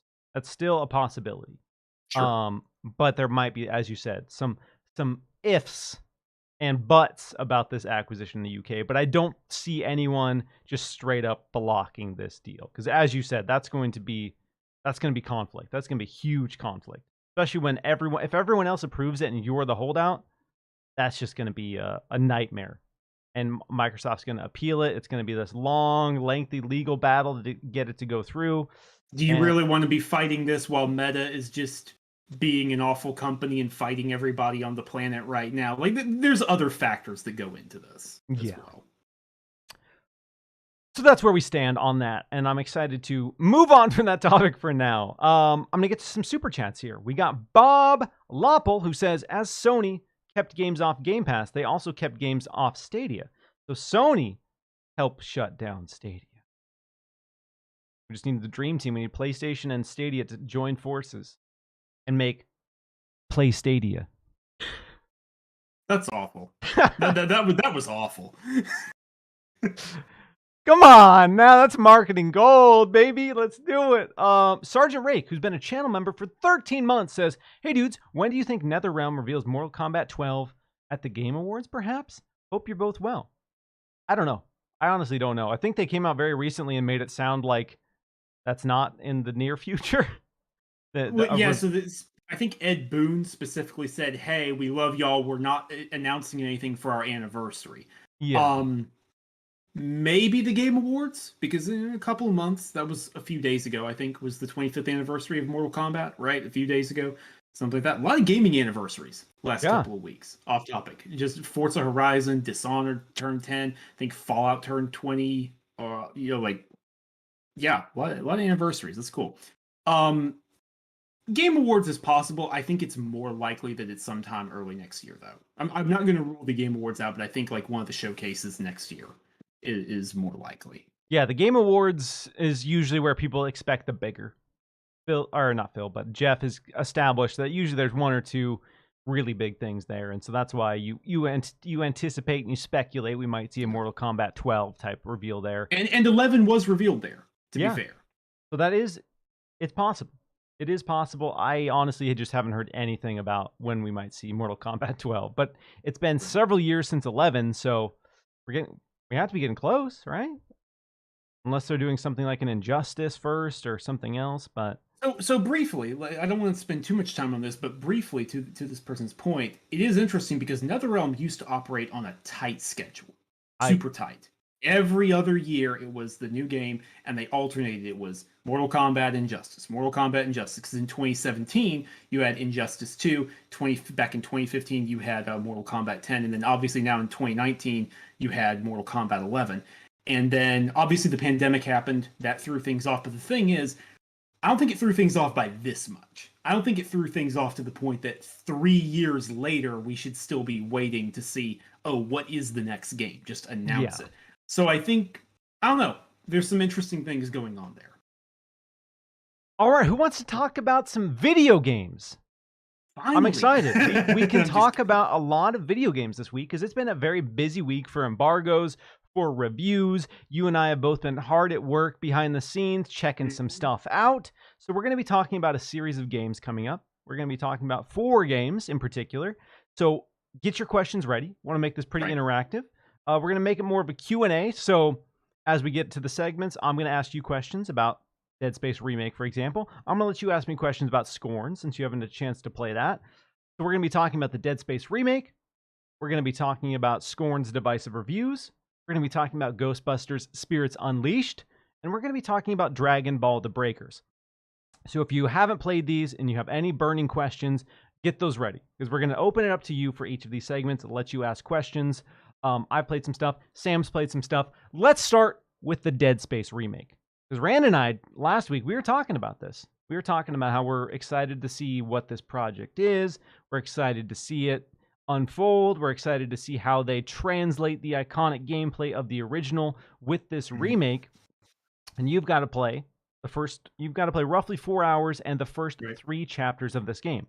I got to see about 30 minutes of gameplay from your session, edit a video, so I got to watch some of the gameplay myself. But I want to know how you felt playing the first 4 hours of Dead Space, because I know you're a big fan of the original. How did this stack up to the original, and in what ways is this improved over the original? I was very cautiously optimistic before this. Before I got my hands on time, and this was actually a couple of weeks ago, this preview. So this has kind of been simmering for a while now, actually. This one did not just happen. I was cautiously optimistic, Miles. Obviously, we've both seen like the different Vidocs, the video documentaries that Motive has been putting out about like, oh, here's how we're reworking audio. We want your feedback. Or, oh, here's how we're reworking visual elements. We want your feedback. And I think that was the right choice. I think that was a very good choice. They even talked about how they had like a community council come in of like Dead Space super fans. They got a few of them to talk about the early process of the remake and ping pong some questions off of them. So that's great stuff. But I still was a little concerned. I still was a little like, okay, but ultimately, is this a cash grab? Or ultimately, is this just a, oh, remakes are trendy thing? Because remakes are trendy. They sure are. They're trendy hot right now, baby. Let's go. Hot. This is the time. This is the time. If you got a remake, let's go. After playing almost 4 hours of the game, after playing the first 3 chapters of this remake, I am no longer concerned. I am no longer worried. This is a passion project. This is not happening because EA saw a big horror game out there, a big remake, and said, oh, we got to get some of that. This is happening because Motive is passionate about Dead Space, and they really want to see this franchise come back. That is the thing that shone through. They're not just cashing in. It's faithful, but they are changing things. I was explaining to a couple of people, actually, before now, that the way I would imagine, because remake is a broad term, right? Everything is called a remake, but like, what is it really? You got Resident Evil 2, but then you've got The Last of Us Part 1. Like, what are we doing here? If you put Resident Evil 2 remake in one corner, and I think you put The Last of Us Part 1 in the other, this is exactly in the middle. Exactly. It's very faithful. There's areas that are completely one-to-one, complete with the same jump scare, but then they do something new. But then they throw something new at you. But then they give you a new challenge. But then they change some things up. Isaac talks now. They got Gunnar Wright, who was the performance actor for Isaac Clarke in Dead Space 2 and 3. He's come back. He's recorded new lines. They talked about how this was one of the first things that they discussed at the studio with the community council. It's like, okay, we really want to do this, but we're going to be very careful. Because the original game is a very lonely game. It's a very... I'm not going to say quiet because you are always hearing something awful or like machinery in the Ishimura. So quiet isn't the right word. It's a very lonely game. Yes. Is I think of the better way to put it. And that is still here. That's not taken away because Isaac talks. Now it just feels like Isaac is actually a character rather than a player avatar. Now, instead of Isaac being told, hey, senior engineer there with dual degrees, I'm the military meathead and I'm going to go tell you what to do. Now, military meathead is going to give him a problem, and Isaac says, okay, there's a barricade, but I think we can put together something that'll blast it apart. I just need to find some thermite and a shock pad. That's in character. Now, Isaac, just like in Dead Space 2, so I love this, he doesn't just find a fully functional plasma cutter. He puts it together when he first finds that station, complete with, the iconic cut off your limbs. That's a great moment early in the game. He now puts it together and makes it function. And yeah, there's just so many examples like that. It really it feels like an almost impossible threading the needle, Miles. It really does in terms of we're keeping it faithful and we're appealing to the older fans, but we've made this very accessible for new people to get into. We've advanced it in the right ways. And that was really exciting to hear when we were talking about it behind the scenes, because obviously I was asking you a bunch of questions. Obviously, I'm a big Dead Space fan as well. Love the original, love Dead Space 2. And so hearing you talk about how this lies somewhere between The Last of Us Part 1 and Resident Evil 2, which one of the things I loved the most about Resident Evil 2 was the way that it reimagined this game. And it wasn't necessarily a one-to-one. It was as I imagined it as a kid, basically. They were able to take the gaps that I filled in from the original and bring those to life in a new way, and they were able to streamline the experience, streamline the gameplay, and make it better than the original. And going into Resident Evil 2 Remake, Resident Evil 2 was one of my favorite games of all time. And so for them to improve upon one of my favorite games of all time, that is a tough thing. That is a tough balance. Like you said, that is a tough needle to thread. That is a really impossible balance in a lot of ways. And so it is really interesting to see this team take the fundamentals, take key moments that you're familiar with, take key moments that you've seen, but still give you something new. Because again, a great part of horror is giving you something unexpected. And if you expect and you know all of the beats, you know all of the sequences, it's hard to deliver an effective scare. So I have to say, based on what you've played, or I have to ask based on what you played, were they able to get you? Were they able to get you with any new scares? There were a few. They didn't get me with all of them. There was a few that I was like I said, one-to-one. It's like, aha, you're still around that corner. Okay, I get it. But also, there's a couple of new things. And the team has actually developed something very interesting for this called the Intensity Director. Part of this game, by the way, is that there are side missions. I talked about this more in my preview and the interview I did and the preview video I did. So there's 3 different things. If you haven't seen, you can go look at that. Miles and I spent a ton of time working on those. But because the Ishimura is now fully explorable, because there's no loading screens, there are side missions that further flesh out the ship where you can go off the beaten path and go find some new weapon parts. Because now, if you want to keep on finding new nodes, the old workbench, and you got the power nodes to upgrade your weapons, that system is still there. But to unlock the next batch of nodes, you need to find a weapon component. So it's a little added wrinkle in the layer there. And some of those are behind side missions. And if you go off the beaten path, the team has something called the Intensity Director.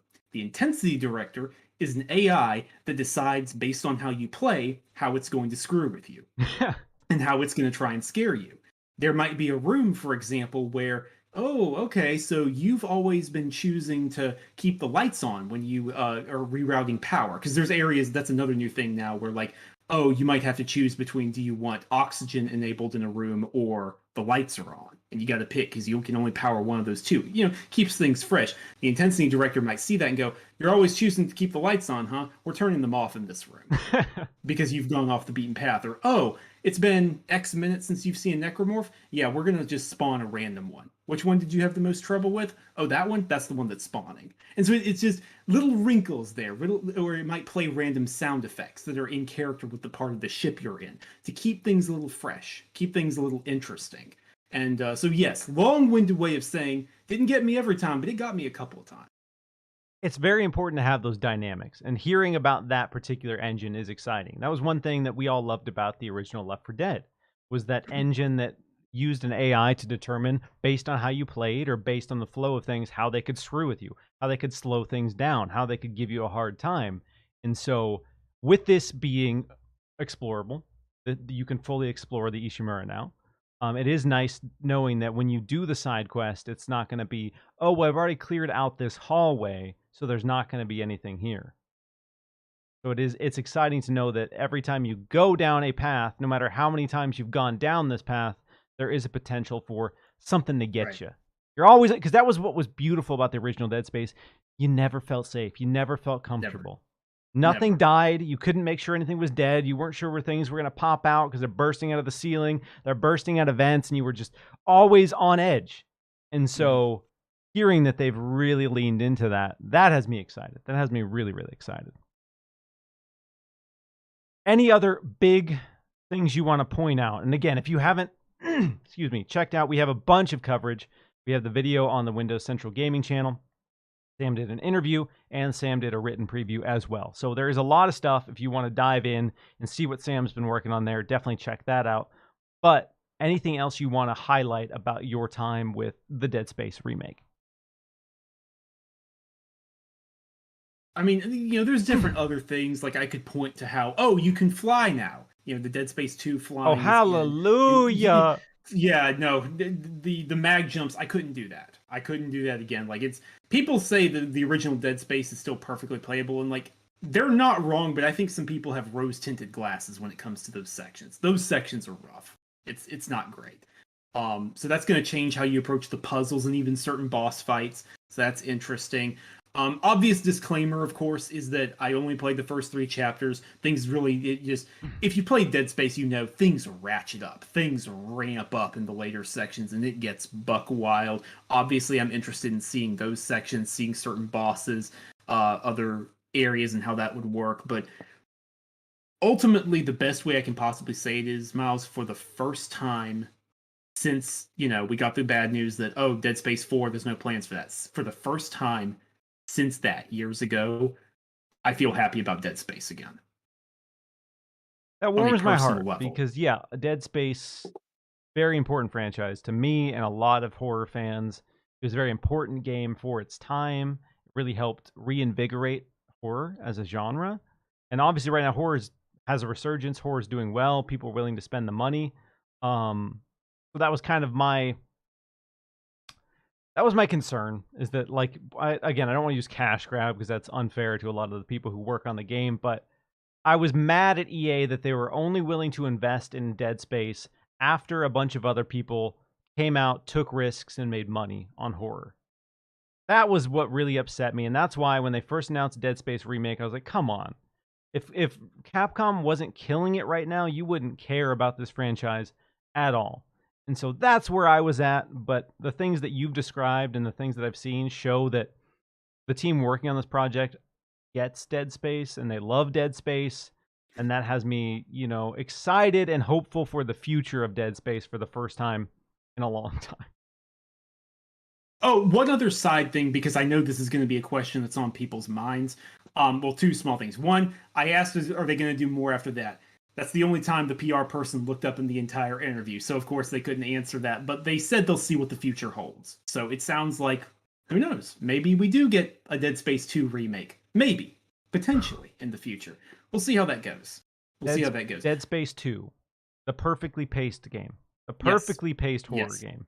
Game of the generation contender, in my opinion, for its time. Okay, other quick little thing here, because I know some people have been asking about this. There are no new necromorphs. They said they talked about it, but that they wanted to respect the original intent of, this is the balance of the game. We'll enhance their behavior. We'll enhance their AI. We'll have the new peeling system. I've talked about that in the preview. The one exception is the spitter, because the spitter wasn't really an official necromorph in the original Dead Space. It was more like, very occasionally a slasher will just shoot a spit of acid at you. But in Dead Space 2, I'm sure you remember, Miles, the spitter became its own specialized enemy with different advantages, disadvantages. They did do that. The spitter from Dead Space 2 is now in the original Dead Space, occupying a solid role instead of being a weird side thing. But other than that, no new necromorphs. Okay, rad. Well, beautiful. I'm stoked. We're going to have Callisto Protocol and now Dead Space Remake back to back, because we have Callisto Protocol in December and now Dead Space Remake in January. So and Resident Evil 4 Remake in March. Remember. Woo! And then Texas Chainsaw Massacre and Killer Clowns from Outer Space are all targeting early 2023 as well. So horror fans, strap in, prepare those wallets. We know Texas Chainsaw Massacre is at least coming to Game Pass. Maybe we can sprinkle a few more in there, save us all a little bit of money. Stoked to hear good things unanimously. I haven't seen a single negative preview on Dead Space Remake, which is exciting. Which is very exciting as someone who was a little skeptical, a little concerned.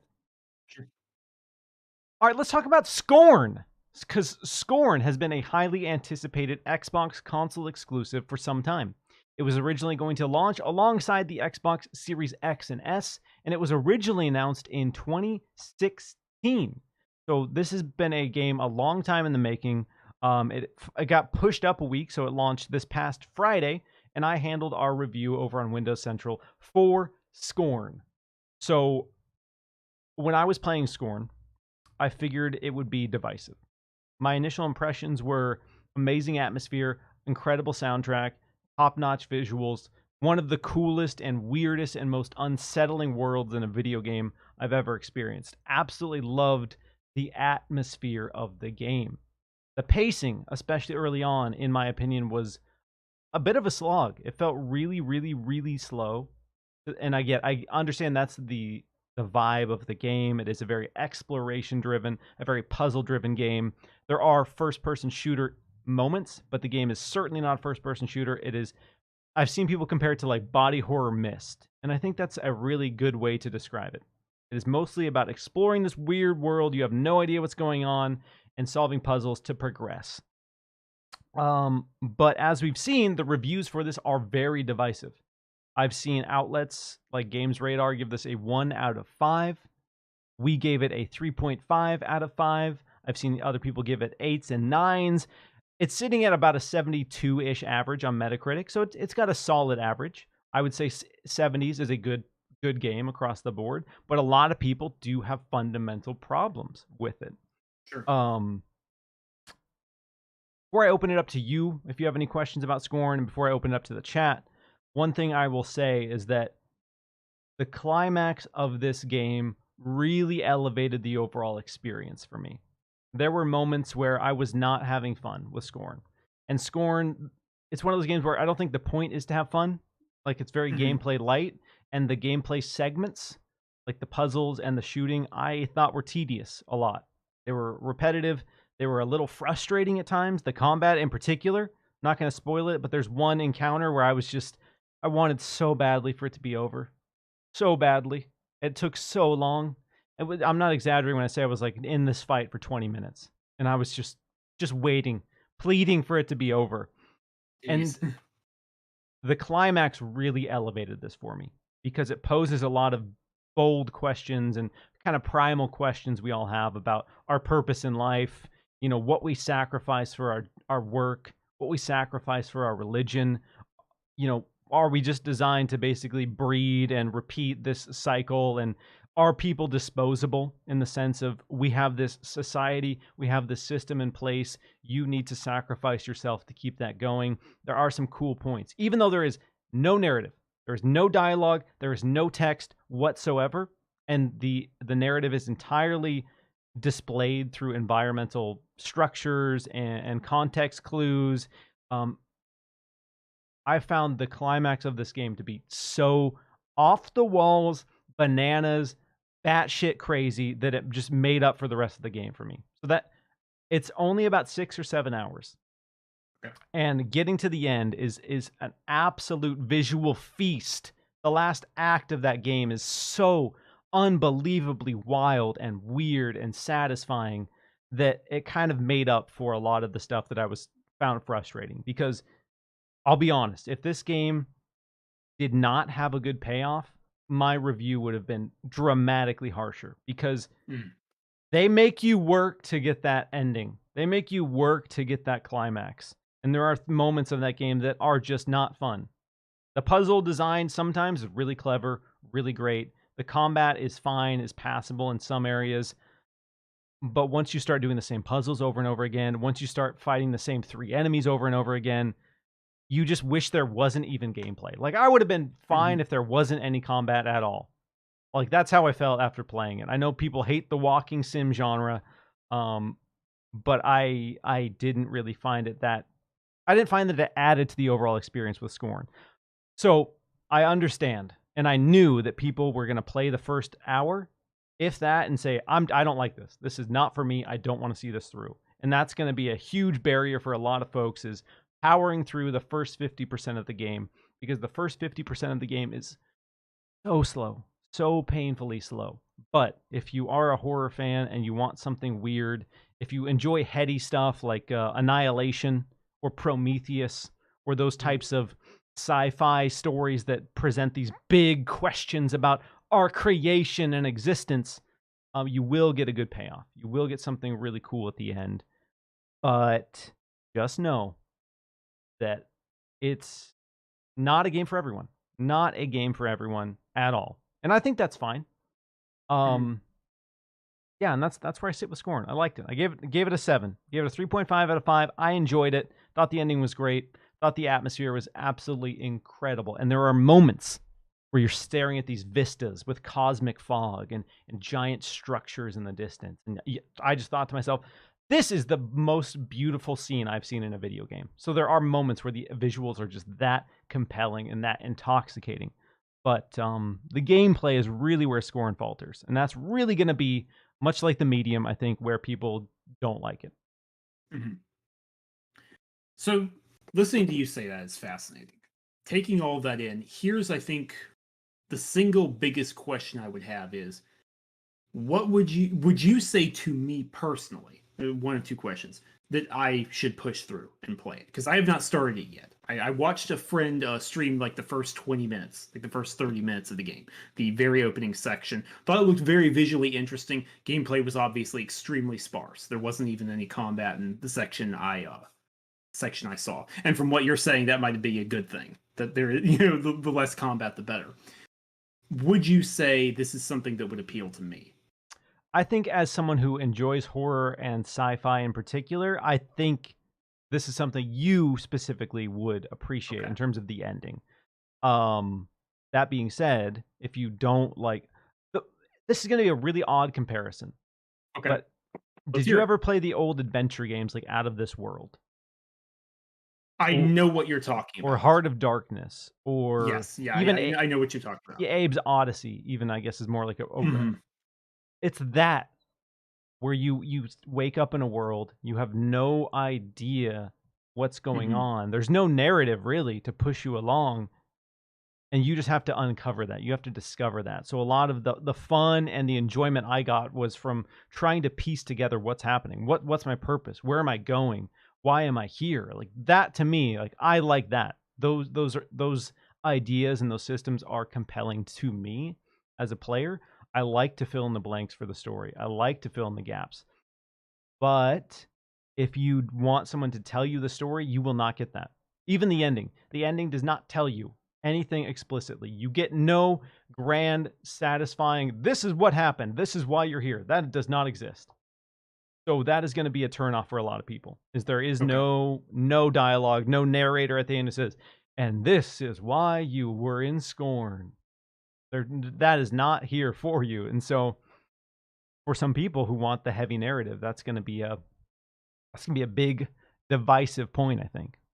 But if you just want a weird ass game that makes you think about a lot of things, makes you feel a lot of things while playing, yeah, I think you in particular would enjoy it. And it's only 6 hours if you're decent at puzzle games. And so based on everything you're saying, it sounds like this was the perfect choice for a Game Pass game then, in terms of something that people might not feel comfortable immediately spending money on, but, I can try this out and see what I feel like. Yeah, I'm excited for more people to be able to check this out, because I think there were a lot of people who are going to play this via Game Pass as the vessel who never would have, who looked at the weird visuals, looked at the world and said, I'm not a big horror fan, or that's not for me. I will say it's not really conventional horror. This game isn't that scary. So if you're someone who's like turned off by games because they are scary, this was never really scary. And if you're a hardcore horror fan, that's probably going to be a problem for you too, because it's slow, it's weird, it's not really scary. It's just weird. It's just weird, unsettling. There's gross stuff. There's stuff that's horrifyingly disgusting. There are moments where you do really repulsive, disgusting things, and you get this satisfying, juicy pulp. But it's not scary, really.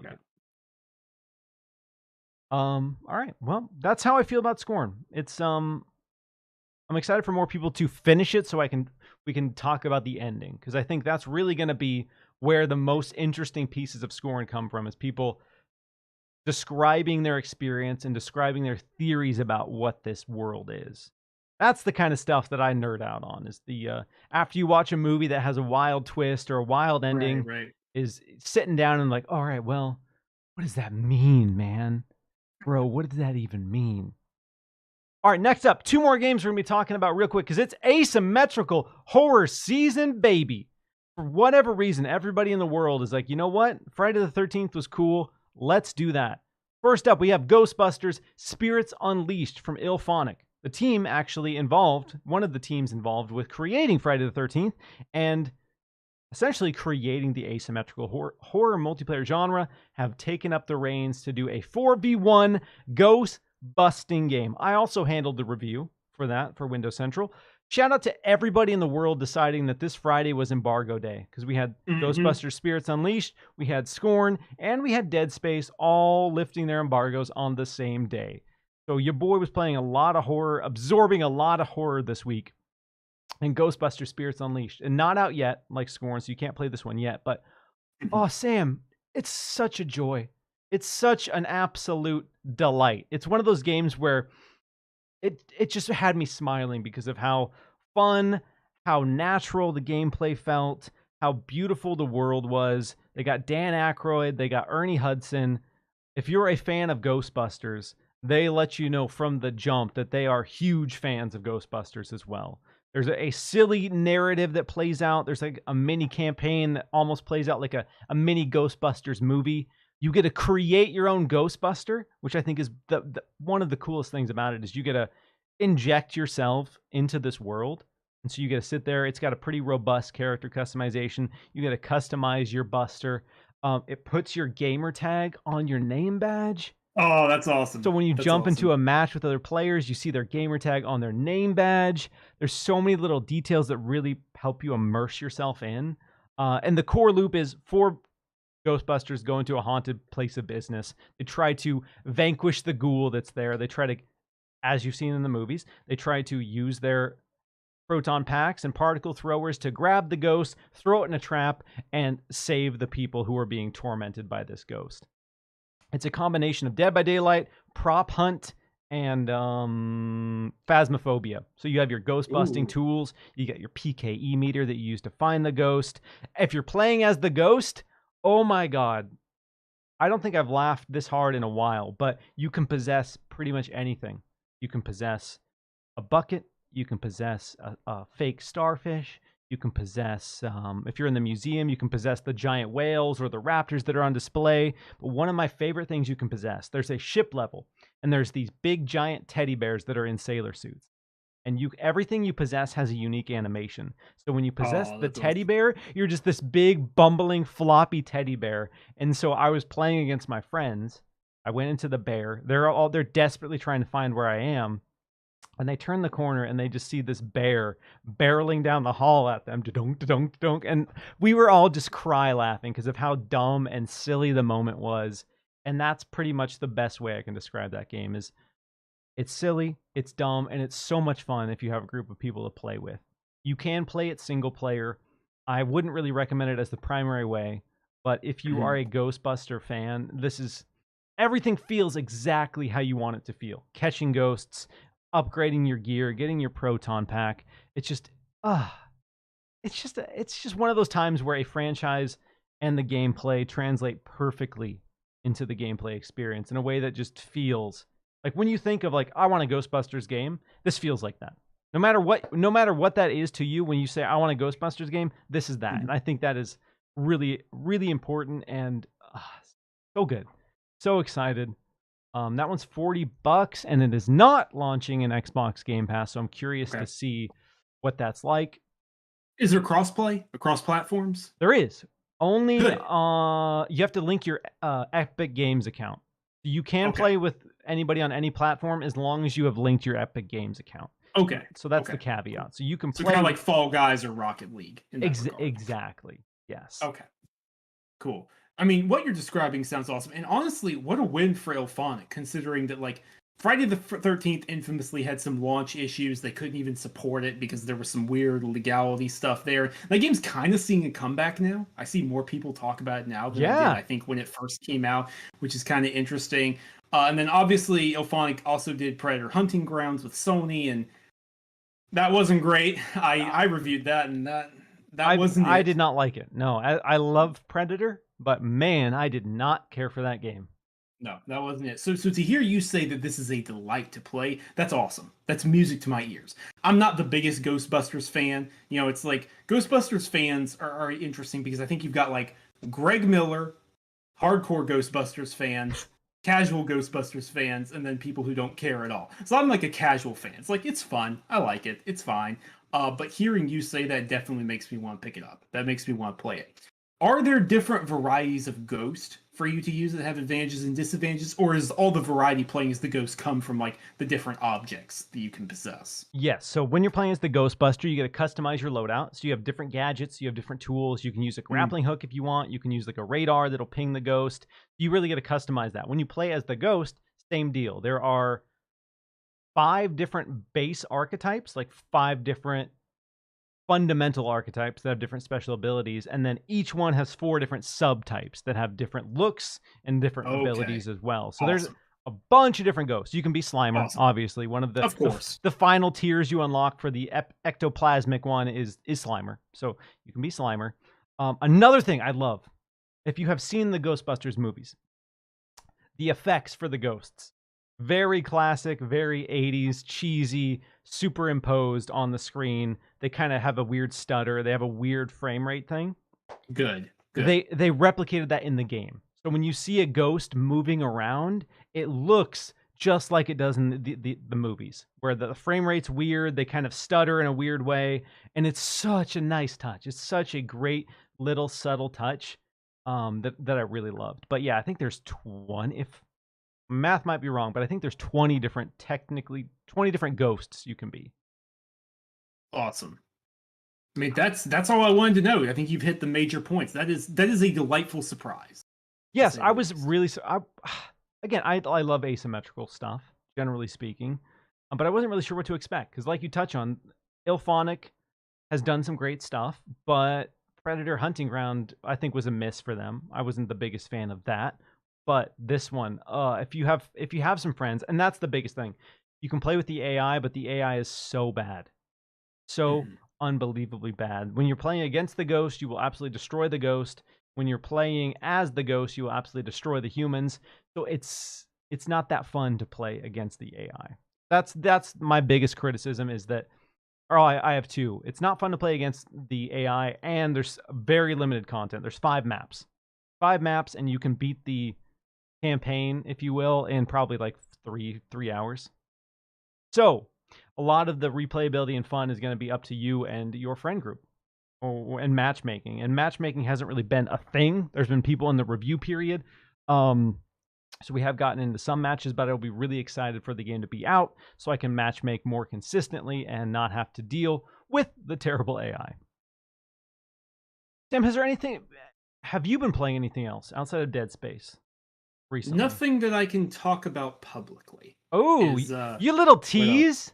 Sorry, I hate doing it, but when you ask, I'm not going to volunteer. Look at me! I got an embargo. I'm so freaking cool, dude. It's embargo season. Let's be real here, though. It's embargo season. Like if you're in the gaming, journalism side of things, the gaming, content creator side of things right now, you are working on something embargoed at some point. Like that's how it is. There's so much stuff going on. The next few weeks alone have like 20 games coming out. A lot of them are ridiculous. Big. So it's ridiculous, man.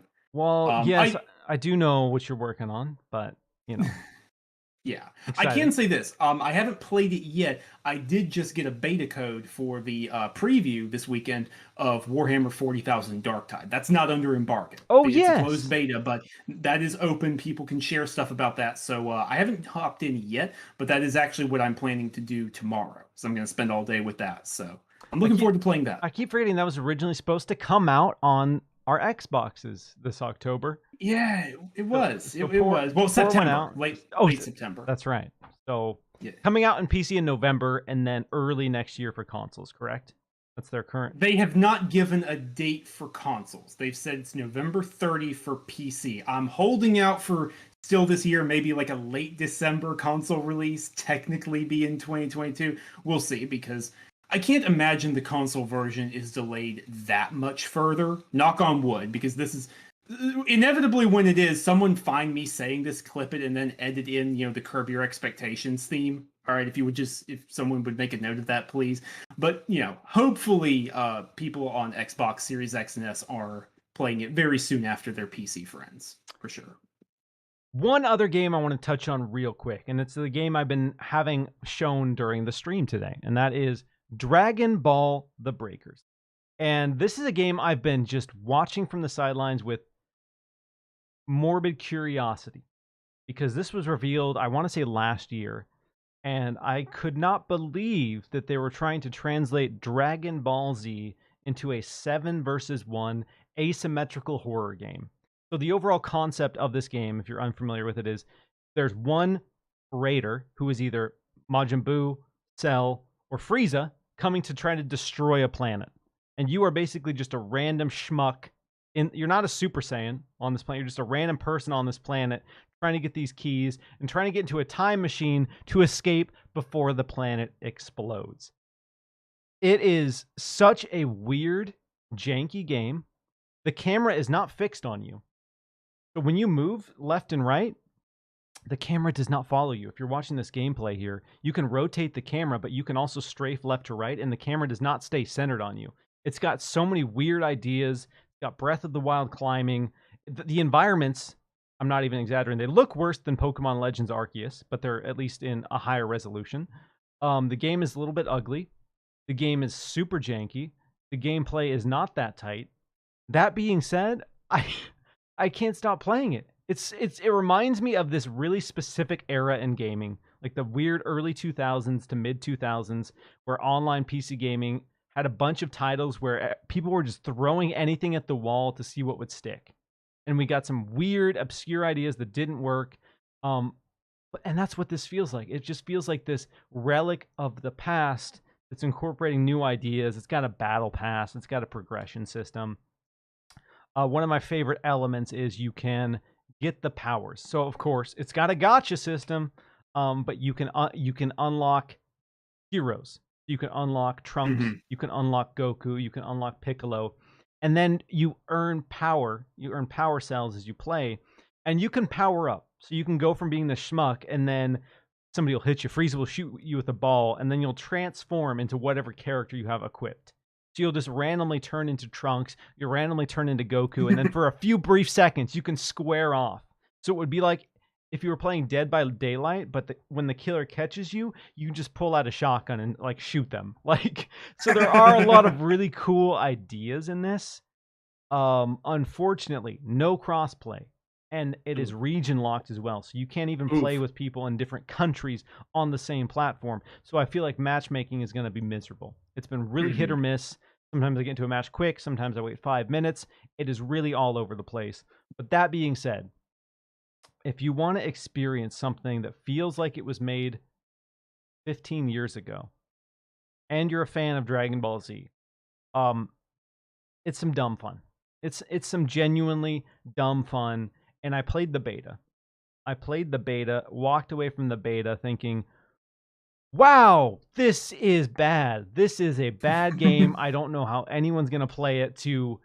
I think I've put in like 5 hours in the last day or two. So I've been immersed in this weird, ugly, janky Dragon Ball game, and I'm curious to see if it has any sort of longevity, because there is a season pass. They're calling this season 1. It's got your typical battle pass in it, so that I have to imagine they're planning some sort of tale for it, but also the no crossplay is going to really hurt the game.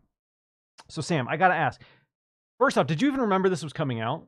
No, I did not. And I remember most of the games that are coming out, but this one I missed. I completely, utterly missed this.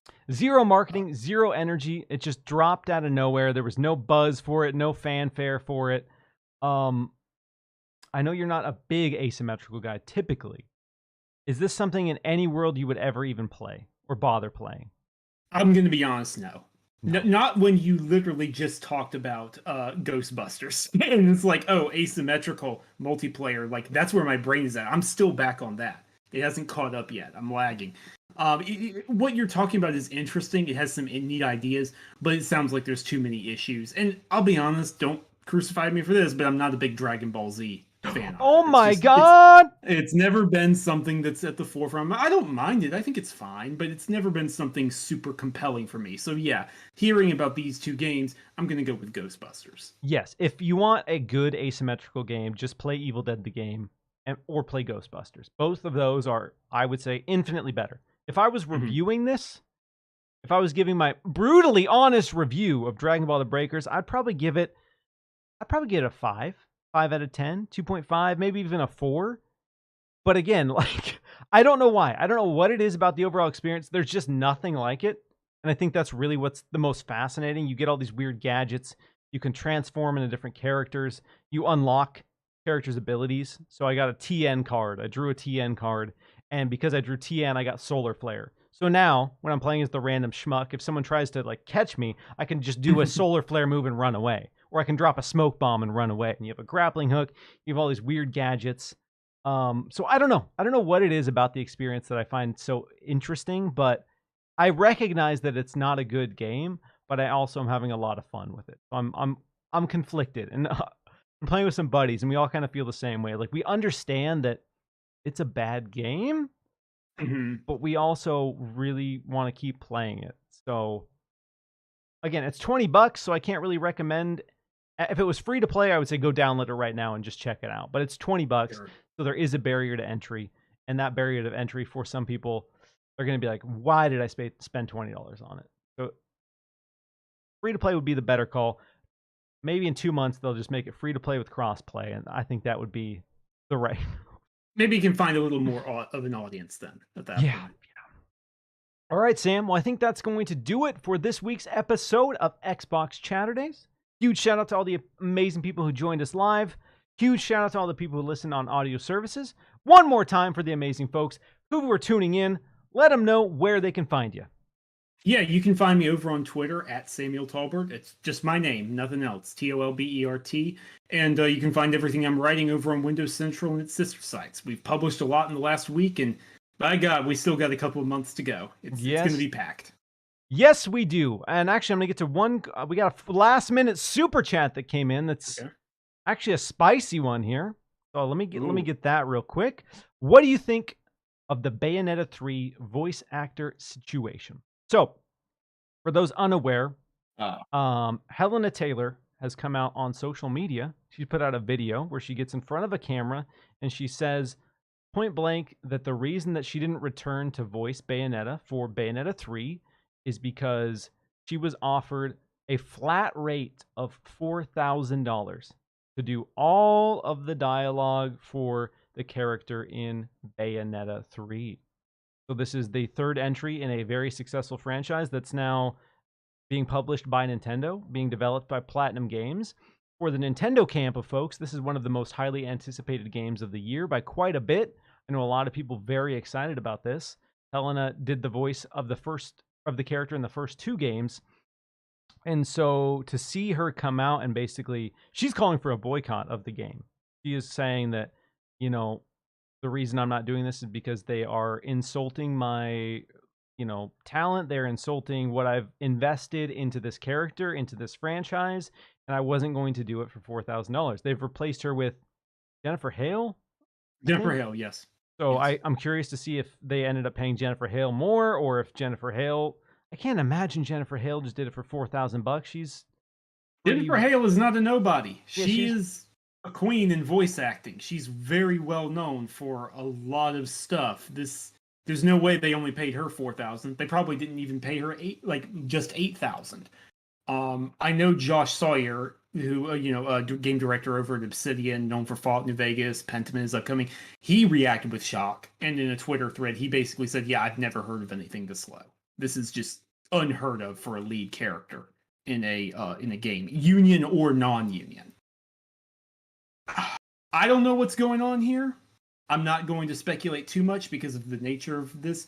What I will say is this: if this is true, shame on Nintendo and shame on Platinum, because this is awful. This is if this is true and there's nothing else being left out here, this is one of the worst situations I've ever heard of when it comes to, a voice actor, a performance actor being treated this way in the gaming industry. Yeah, I don't know. I'm not happy about it. Yeah, that's where I align. Again, like I can't say with 100% confidence that this is the reality of the situation, but based on her comments, that would be such a staggeringly low figure, such an Yeah. abysmally low figure for a game published Insulting. by Insulting. Nintendo. You can't tell me that Nintendo does not have the resources to pay the lead character of one of their now biggest. Nintendo has leaned heavily into the Bayonetta franchise. They have really embraced it, lifted it up as a staple for the Nintendo platform, and to offer your lead character 4,000, no royalties. She stressed this was a flat rate of $4,000. Sometimes in these situations you get a lower flat rate, but then you'll get royalties based on sales, Right. blah blah blah, bonuses, blah blah blah. But she is coming out and saying a flat rate of $4,000, which is just, that's a slap in the face. And then Kamiya of Platinum Games has come out on Twitter and basically called her a liar, which has added some more drama to the situation. He basically came out and said that it's appalling that people would buy into these untruths, and then he had some freaking vague sweat of Careful there. beware of my rules in all caps. And I'm like, what does that mean? You're calling her a liar and then threatening her? Is that the escalation of this? I guess it's a good thing Kamiya is known for being a very reasonable, calm person who doesn't overreact to situations then. Right? Exactly. Yes, Kamiya. Everyone loves him. He definitely doesn't just overreact to anything and everything. He's a very well-balanced individual on social media, and we all love his charming characteristics. Yeah, I've talked about this before, but I worked in film in Hollywood, and this just reminds me of one of those situations where they probably strong-armed her and said, like, hey, we'll give you $4,000, or we have people lined up around the block who would do it for that price. And that's kind of how they use it. You get terrible pay, you get abysmal pay in exchange for exposure. You get your name attached to this big character. You're in Bayonetta 3. You get your name in the credits. That should be enough compensation. So you see stuff like that a lot in old Hollywood. It was one of the main reasons that I had no interest in continuing my career in the films industry, is because that was time and time again. Oh, well, this actor's involved with the project. Okay, cool, but what does that mean for my pay? Oh, nothing? I'm still getting paid terribly? No, thank you. I don't care who's in this movie. We got bills to pay. All right? I don't care at all what this means for exposure, because as you will learn, if everyone is willing to jump in and undercut you and do roles for no money, the value of you getting into the industry just continues to diminish. And that's the problem. Your worth. That is the fundamental problem with a lot of these companies. They exploit people's passions, and I cannot stand it. It's so disgusting. We all want to do it. We'll all make sacrifices to get in. We'll all take pay cuts. We'll all do jobs for low rates to try to get in, to try to get our foot in the door and try to build a name for ourselves. And sometimes it works out and sometimes it doesn't. But the hard reality is, if everyone is willing to do the work for nothing, then you will never be able to make anything. And that's the situation some of these companies want. They want you to be desperate enough where you get offered $4,000 to do Bayonetta and you say, sure. But no, if that is the truth of the situation, it's disgusting, it's appalling, it's embarrassing. And any big company who tries to flex, I know Disney's notorious for it, Marvel's notorious for it.